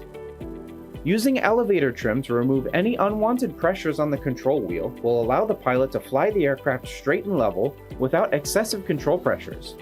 If the airspeed of the aircraft changes, the pilot should retrim the aircraft to maintain the desired sight pictures and remain in straight and level flight. Only possible if Earth is flat. Student pilots should practice flying straight and level at different power settings, altitudes, and directions until this skill becomes natural. Be sure to like our video and subscribe for more epic content. I will. I did. I'll like it right now. 533 likes on this video. Good video. 26,000 views. Been around for 4 years. Please subscribe to Epic Flight Academy. As I say, a link is going by in the live stream chat as we speak. So you also can enjoy the delights of Epic Flight Academy. Subscribe today. Good choice, One Deck. Just see if there's anything else on this video. Yeah. And while you're here, check out some of our more recent videos and playlists. Angle of attack. You're going to need a flat Earth for that as well. Yeah, it's a Okey-dokey. good video, wasn't it? Short, sweet, to the point, referencing the horizon, which references the surface of Earth. Yeah, using your actual plane's wings and mirrors and to maintain horizontal, straight and level flight. I mean, it's epic. It is. Good name. Good choice. Right, with that, I'm going to say, if you are watching this on either Nathan Oakley 1980 or Nathan Oakley premiering streams, then stay tuned as there will be an after show to follow. Shame Brian wasn't here on that one because he likes his straight and level flights, doesn't he? He's into his pitch data and all that. He would have enjoyed that, I reckon. Oh, yeah, definitely. We'll get a comment out of Brian when he does eventually join. Where is Brian anyway? I've not seen him for a few days, like. No, he was here yesterday. Oh, was it? It might have been me that was missing them. Yeah, he's around. He's doing his thing. Somebody left me a comment going, I really like Brian. I think he's my favourite panel member. I really hope he gets his new mic sorted out. I'm like, oh, I'm glad you added that. I'll send that to Brian. So I did. So I can imagine Brian reading it. Brian's my favourite. Oh, I like this. I hope he gets his mic sorted. Oh, yeah, better say something to Nathan. Oh, yeah, I'll get it sorted soon, I promise. I saw one of your mic videos the other day. What's the point on the handle being triangular shaped? Like, because it's not going to fit in the holder. The reason for that, I found that out actually because I was intrigued. I'm glad you've asked because I looked it up. Why is this stupid microphone triangular? Because an ergonomics expert at AKG researched what shape your hand makes. hold your hand now and put your tip of your thumb over your forefinger and look at the shape that your hand makes. It's triangular, isn't it? If you look at the hole, it's not circular, it's triangular. You see that? Yes, it is. That's funny. Right. So it's an ergonomic thing. That makes sense. Yeah, it does make sense. Does it feel comfortable in the hand, though? No, it doesn't. I've got to be honest. It's probably the most uncomfortable mic I've ever held. It just feels weird. It didn't catch on. It's from the 80s. Hey, Nathan, how's your daughter doing with the ukulele? She's learned how to tune it. The reason I'm asking is I've got an old Fender guitar, which I've had a couple of guitars all throughout my life, really. And I've never been able to play the guitar properly. I've learnt some chords and I've been able to knock a little bit of a sort of a tune out, but I just struggle with it. So I'm thinking of maybe picking up a ukulele myself and seeing how I get on with that. Because you can still play some decent tunes with it, and I think it's a lot easier for the chords and things. I mean, my reason for I just always wanted to pick a guitar up. You know, if you can imagine some people, it's a nice evening in the garden, you might be having a few drinks and a barbecue, and one dick picks the guitar up and just starts playing maybe a little bit of Oasis, Happy Mondays, Stone Roses, something like that. And that's Neil Young, maybe. That's the only reason I wanted to do it. But I've researched the ukulele, and you can still play them tunes quite nicely. I've looked at some YouTube videos, so I'm just thinking of investing in one. So I know I looked at that one that you picked up at the old cigar box, and that was quite unique. So I just wondered how she was getting on with it, and yeah, what do you think about all that then? Well, she could already play one song, so I'd taken them both, Clover and Eleanor, to a ukulele lesson, and they learned how to play Shake It Off, which is a Taylor Swift song.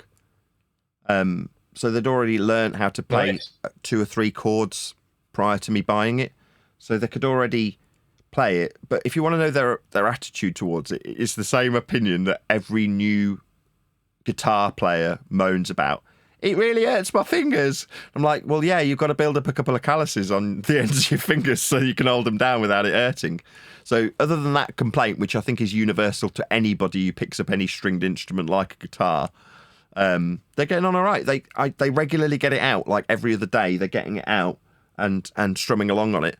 So partially, the reason I've bought so many microphones that I'll end up keeping as opposed to selling is because one day I might find a use for them. I might end up recording them. And given that I've been buying and selling microphones and making a profit from them, strictly speaking, I've not spent anything on microphones. I've got a whole mic locker and it's not cost me anything.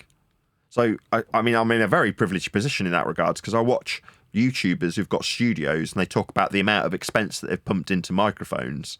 And I'm thinking, well, because you're very skilled at recording. Now, I trained how to do that at college. I was trained in sound and lighting and using microphones and things, right? Sound reinforcement, live sound, recording, etc., etc. So I know what I'm doing, but it's not my trade. It's not my skill. My trade when I was working other than YouTube was sales. So being able to turn a profit on a microphone is second nature to me.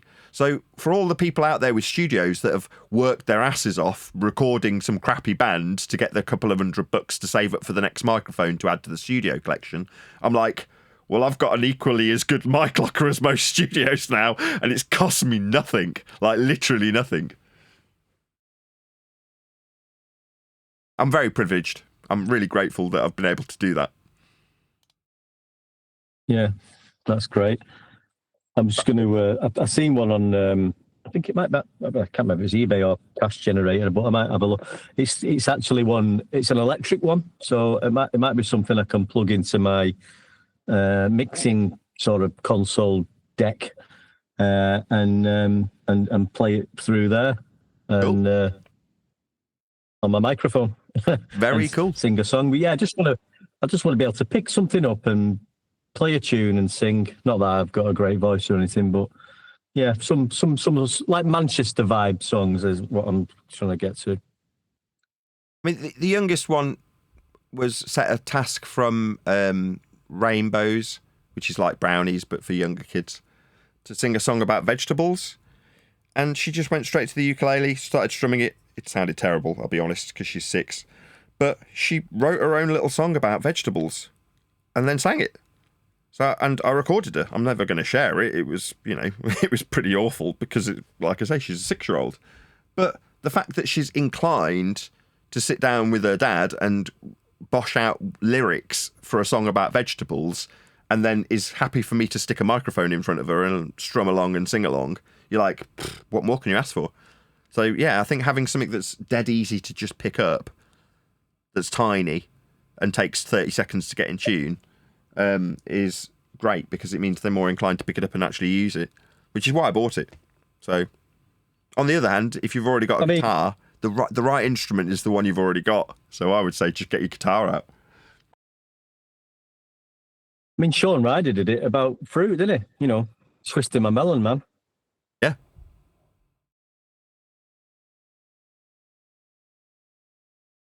Black grape, isn't it? Twisting my melon. What it is with this guitar, I'll be honest with you.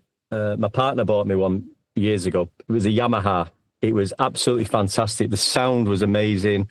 I was really getting into it. Had a great feel to it.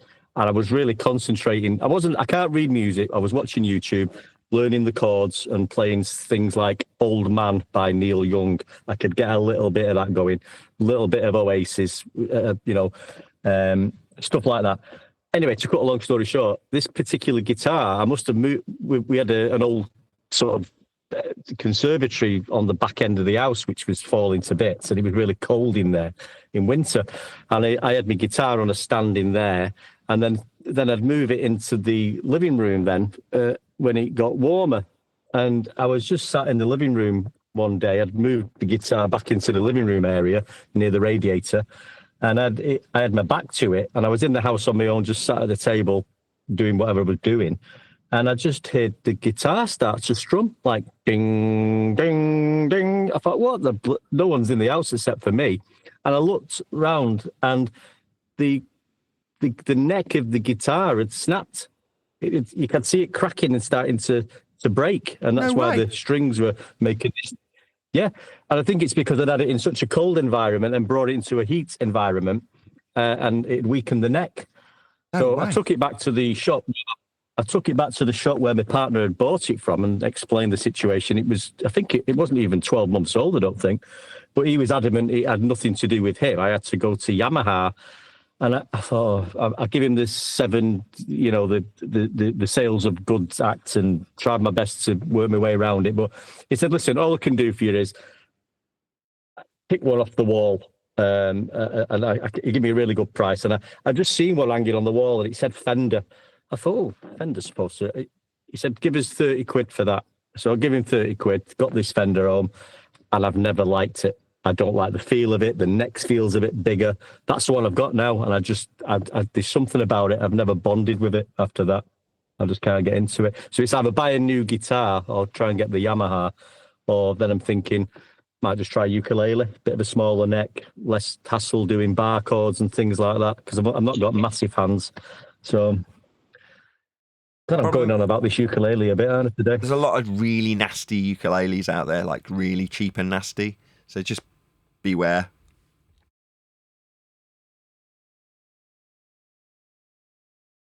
Same with everything, I suppose. There's lots of cheap and nasty anything out there. It's just how cheap it is. But I mean, if it were me, I'd just get the Fender out and just persevere with that till you get bored again. Yeah, I might get it. I might get it restrung, nice set of strings on it, and get it set up again. Maybe. Yeah, do that. Get it. Spend 20 quid on some new strings. Restring it. See if it makes you feel any better about it. And if not, flog it. Yeah. Right. That's what I'm going to do. Have you ever had your guitar set up properly? Have you what? That goes a long way. Have you ever had it set up, like taking it to like a music shop, and you spend $30 and they'll like set the guitar up, like they'll kind of tweak the neck a little bit and make sure you're your frets aren't sharp and stuff. That goes a long way in making it more comfortable. No, I've not tried that, but that's another. I'll make a mental note of that as well. So yeah. Is it an acoustic Fender? Yeah. It's a very early one. I mean, I thought, oh, Fender's good make, might be worth a few quid. I'm getting it cheap here, but I think I researched it at the time. It's not one of the best ones. It's like Nathan, it's probably one of the cheaper sort of versions. But I just sort of looked at the name and thought, oh, I'll have a bit of that. Now, Fender's a great brand, but their acoustics aren't very popular. Which I've never played one. You don't really ever see them either, but. Hey, there's a small reason why that probably is. I don't know.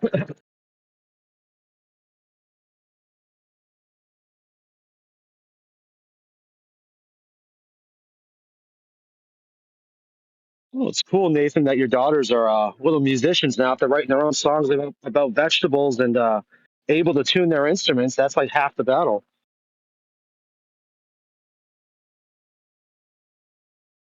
We'll be writing flat Earth poems next.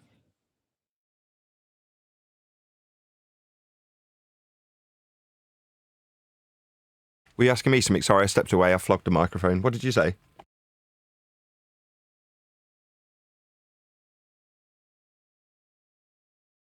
I can't remember who was speaking. We were just on a cook. Oh, yeah, no, about your daughters being musicians already. That's pretty cool. If they can tune their instrument and can already put a song together, it's like 90% of it. Now it's just practice. Yes, I completely Which is the hard part. Yeah, exactly. That's why I was keen to get them something like a ukulele nice and early so that they'd realise just how easy it is. Yeah, it's keeping it interesting and exciting. But yeah, if you start writing lyrics and keeping a little black book with the poems in or the lyrics in, and like you say, record them, and as they go and as they grow, and see how they progress, that'll be good. Indeedy.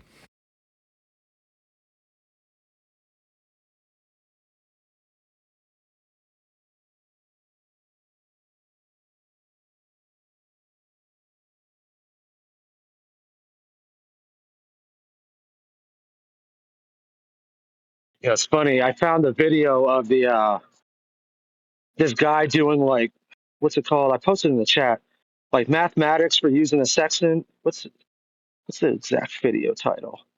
Celestial navigation math.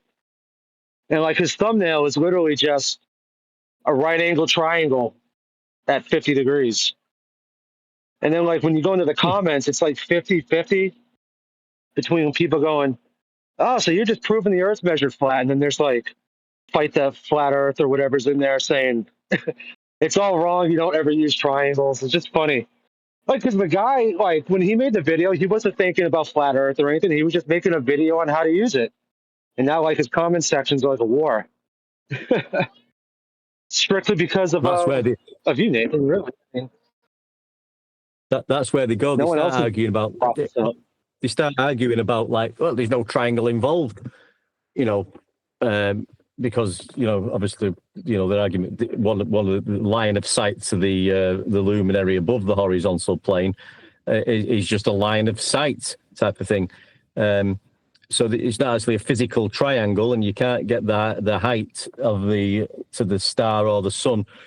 But again, it's just skipping past the angle. That's what they do.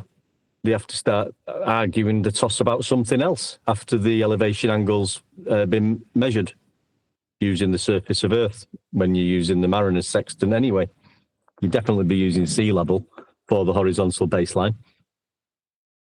If you're not using the sea level, you're going to be using a bubble sextant, which is horizontal, not curved. So there's no point does curvature come into these measurements. As we discussed before with the, Eratosthenes, the Greek guy who measured flat and calculated it into a sphere. You're saying some poor innocent guy who's just detailing how sextant works getting moaned at by Craig fight the flat Earth? Yeah, it's pretty funny. Yeah, his exact quote is, that's wrong, ... There are no triangles in celestial navigation.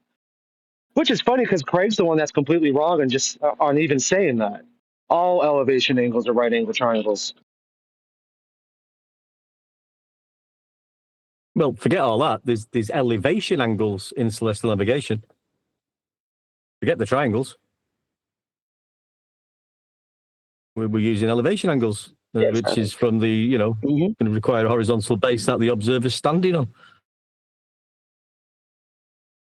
Yeah, like in his thumbnail, he's taking a 50-degree elevation angle, I think to the sun. Is that what the picture is? Yeah.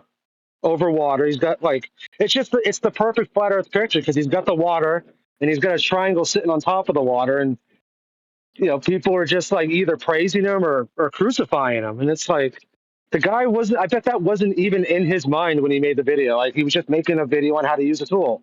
I kind of feel bad for him. See, they're the good videos I'm on about. Like, if it's short enough to sort of look at, it's people. I mean, we have on the other side of the coin, we have seen supposed professional people talking about celestial navigation, where they've got a whiteboard with a globe and the angle being taken from the center of the globe in hell, and they're not realizing what they're doing. But like you said, there is some where they're explaining it as it happens and how it's done in reality, using water level and elevation angles, triangulation. They're good to look at, because then you've not got numpties saying, well, level's curved and horizontal's not horizontal and sea level's curved. You're getting it from the horse's mouth, like that flight guy before we watched from the Flight Academy, like the surveyor.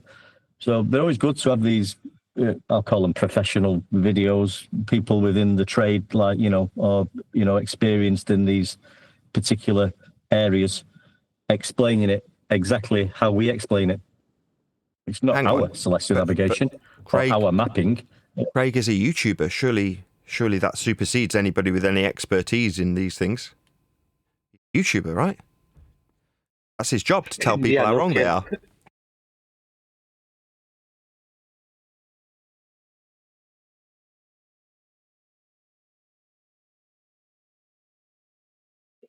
And Craig is a strange cat.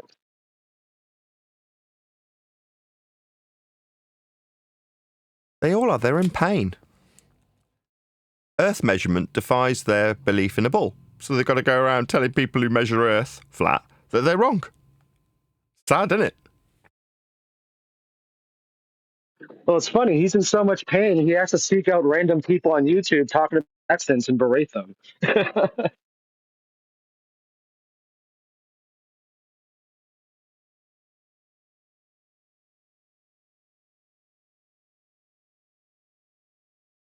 It's not so much fight the flat Earth, it's just fight with everybody.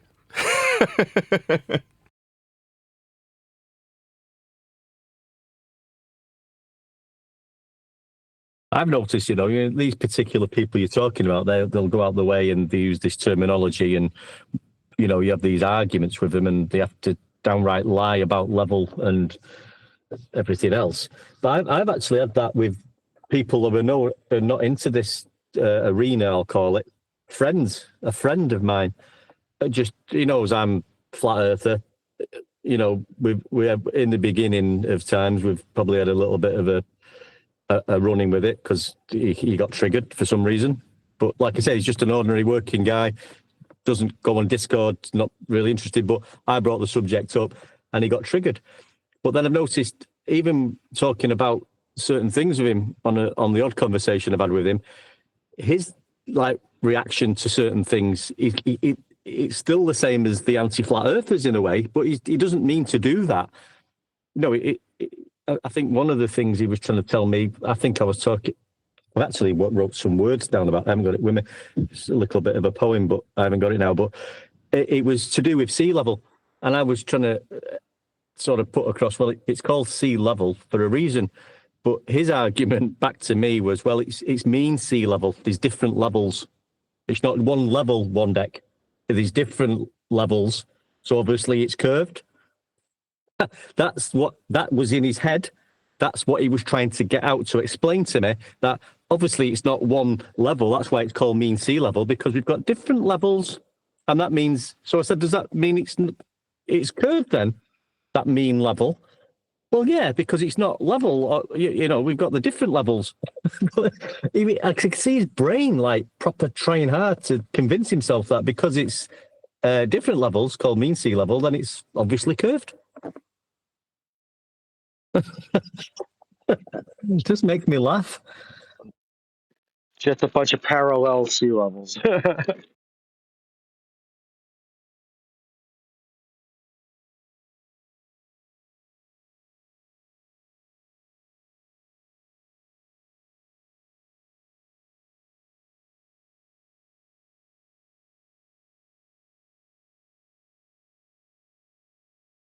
Yeah, so I think if you're going to use a good flat Earth proof, it's always good to use their globe proof, as in like the Eratosthenes or the Al-Biruni. What's your proof of flat Earth? Well, it's your globe proof, mate.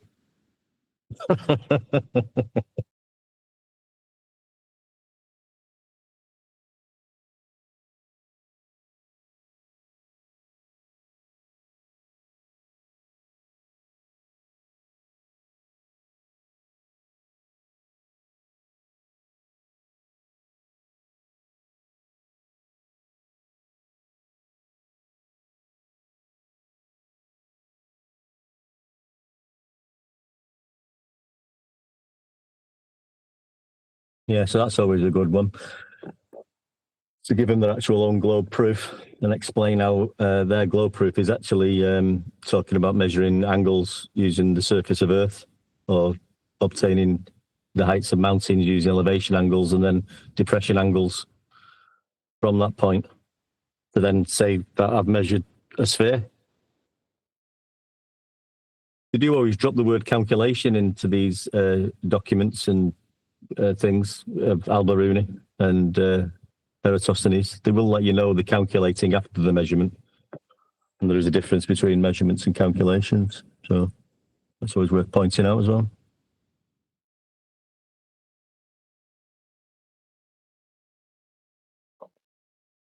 All the best globe proofs, all they do is apologize for how not globy their proof is. It's funny. So big it's measured flat. Like, yeah, it's a globe, but it's so large that it's flat. You know, and the same thing with Coriolis, everything. All they do is explain how not sphere shaped or whatever something is. Yeah, refraction. It's just looking flat now. Yeah, Just not flatten it out a geometric. bit. Oh, okay, cool.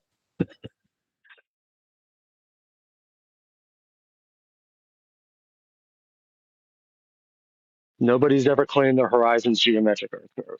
I love that. I love it when they say that.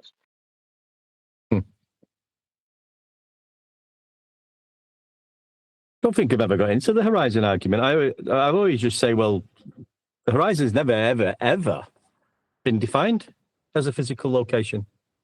What you're talking about? Because you can't. It's never been defined as that. Well, I'm not going to start arguing the toss about a horizon as being physical when that's not its definition. But then you get, well, the definitions don't count, or they make their own definitions up. You just go into la la land, don't you? You know, you got to go into globe la la land, where everything's upside down and back to front.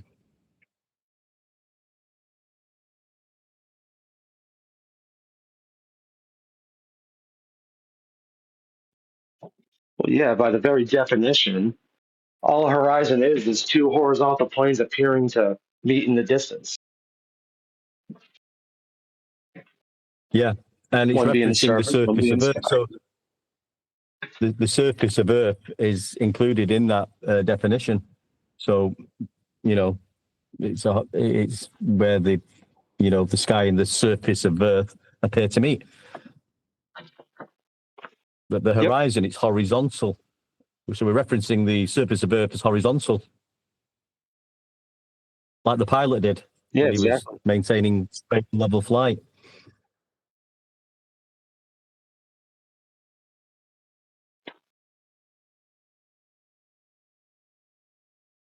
Where is everyone today anyway? Why is no one talking anyway?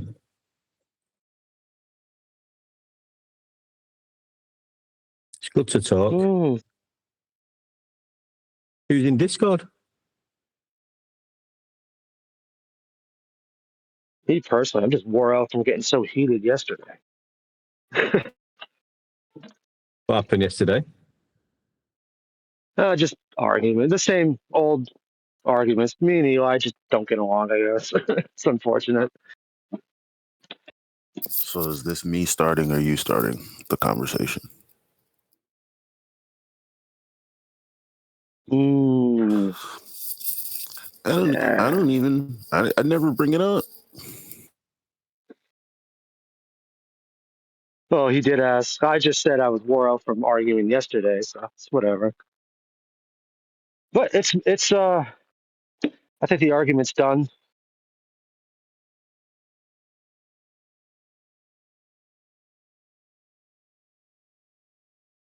And I win. But that's fine. Everybody on the panel, including Nathan, yesterday asked you what was wrong with 2 rotations. How'd you win? Nothing. Right. Now, what you said was that people said that Sigma Octantis was uh, what Polaris is to the north. And yeah, like I said, you lied about that. Where'd you win? See, that's the thing, dude. I don't think it's cool to just toss out the accusation that people are liars.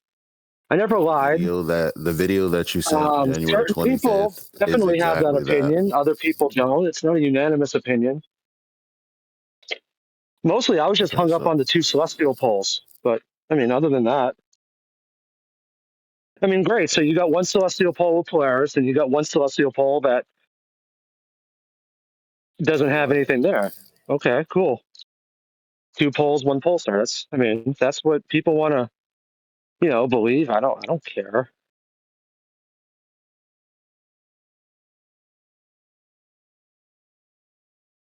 So I only said you lied about specifically the things you said people said that they didn't say. That's all. I didn't put anything extra on you.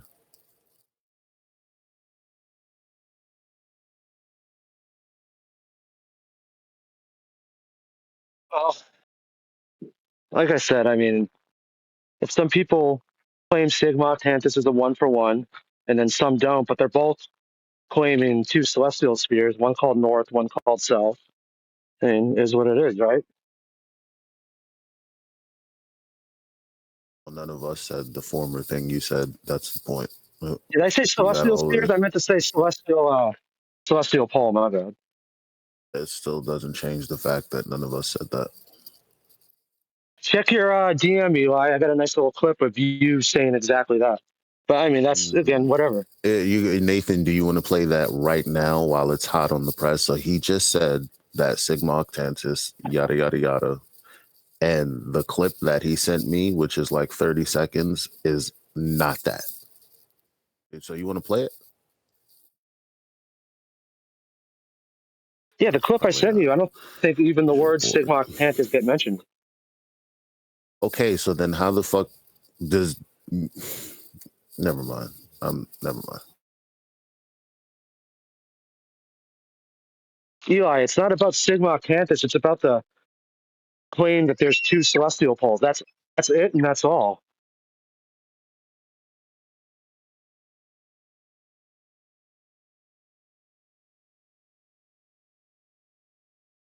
One pole, one celestial pole has Sigma Octantus and has a Polaris in the center. The other one has a big jar of Vegemite floating in the skies.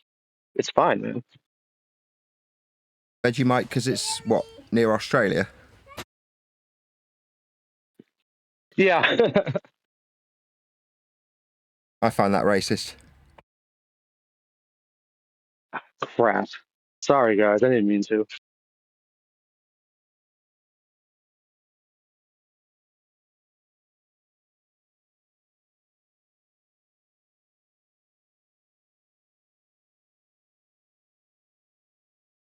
Has there been much dead air since I Man, went ever and since posted one guy, something? huh? Have you been Sorry. chatting since I last spoke? Because I'm in here, I went to post office. Yeah. Yeah, we have been not Now I got Wonderwall extensively, but yeah, we have Jolly good. been chatting a bit.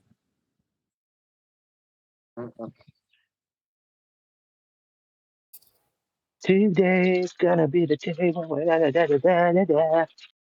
Don't do that. Don't want a copyright strike. I'm not sharing my revenue with Oh, my Oasis. bad. I didn't even think of that.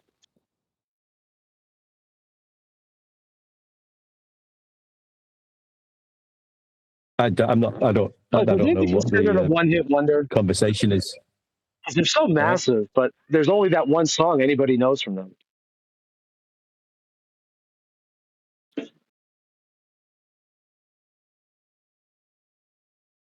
I'm sorry. Oasis were not one-hit wonders. I know a few, and they've just recently been playing on my doorstep at Heaton Park. So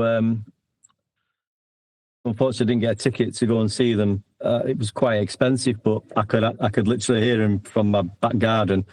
And then during the performances, and I know Heaton Park, where they was playing like the back of my hand. I grew up in there. They found the hill where you could sneak on this hill and get a view of the screen, and it was the closest point you could get to the stage. And they've named the hill Gallagher Hill, and it was just full of ticketless hundreds, thousands of people. So I spent one evening on Gallagher Hill, and then one evening just on the streets outside of the park, where there's a number of pubs and eateries. Everybody was just out on the street singing and dancing, and I spent another night doing that. It was absolutely fantastic to be on your doorstep and witness how everybody sort of came together and the good vibe it had in the hometown of Manchester. Brilliant. It was awesome. Yeah, I bet that was ace. It was absolutely fantastic. It looked like a good Loved gig. every I saw minute some of of it on YouTube, and I thought it was a good gig. It looked like an exceptionally good gig, in fact. And the audience looked like they loved it. Obviously, the paying audience that were in the video. But obviously, I wasn't in there. But just to be outside the park gates and then find the hill that they've named Gallagher Hill, and apparently Liam and they got some T-shirts made up with Gallagher Hill written on the front, and then we just handed them out on the hill. I didn't get one, unfortunately, but it was just a great vibe. It was absolutely fantastic. I didn't want it to end. Fantastic. But you got to be yourself, Nathan. You can't be no one else. Indeed. I guess those two brothers are getting along again. They're on tour now, aren't they? Or I know a radio station I listened to, they were talking about giving away tickets somewhere in Boston, I think.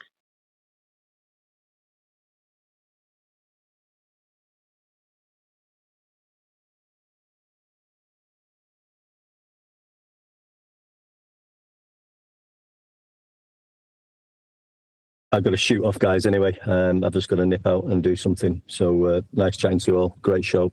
And the globe is flat. It was measured like that. The globe is flat. The Greeks all knew that. I'll see you tomorrow. See you tomorrow. Everyone else has been particularly quiet, so I might round out unless the conversation immediately kicks off in the next 2 seconds. No,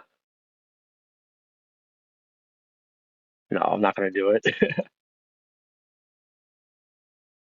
Well, I was hoping to cool down a little bit before I did my outro, but I'll have to do it all sweaty, I guess. With that, another huge, massive, enormous thank you to both Discord and G+ panels for making today's after show possible. And of course, a massive thank you to all of you for liking, commenting, sharing, subscribing, joining as a Nathan Oakley 1980 channel member, and all that good stuff. Be sure to hit me up on PayPal and Patreon and all that good stuff. I've been Nathan Oakley, and I will see you all in the next video.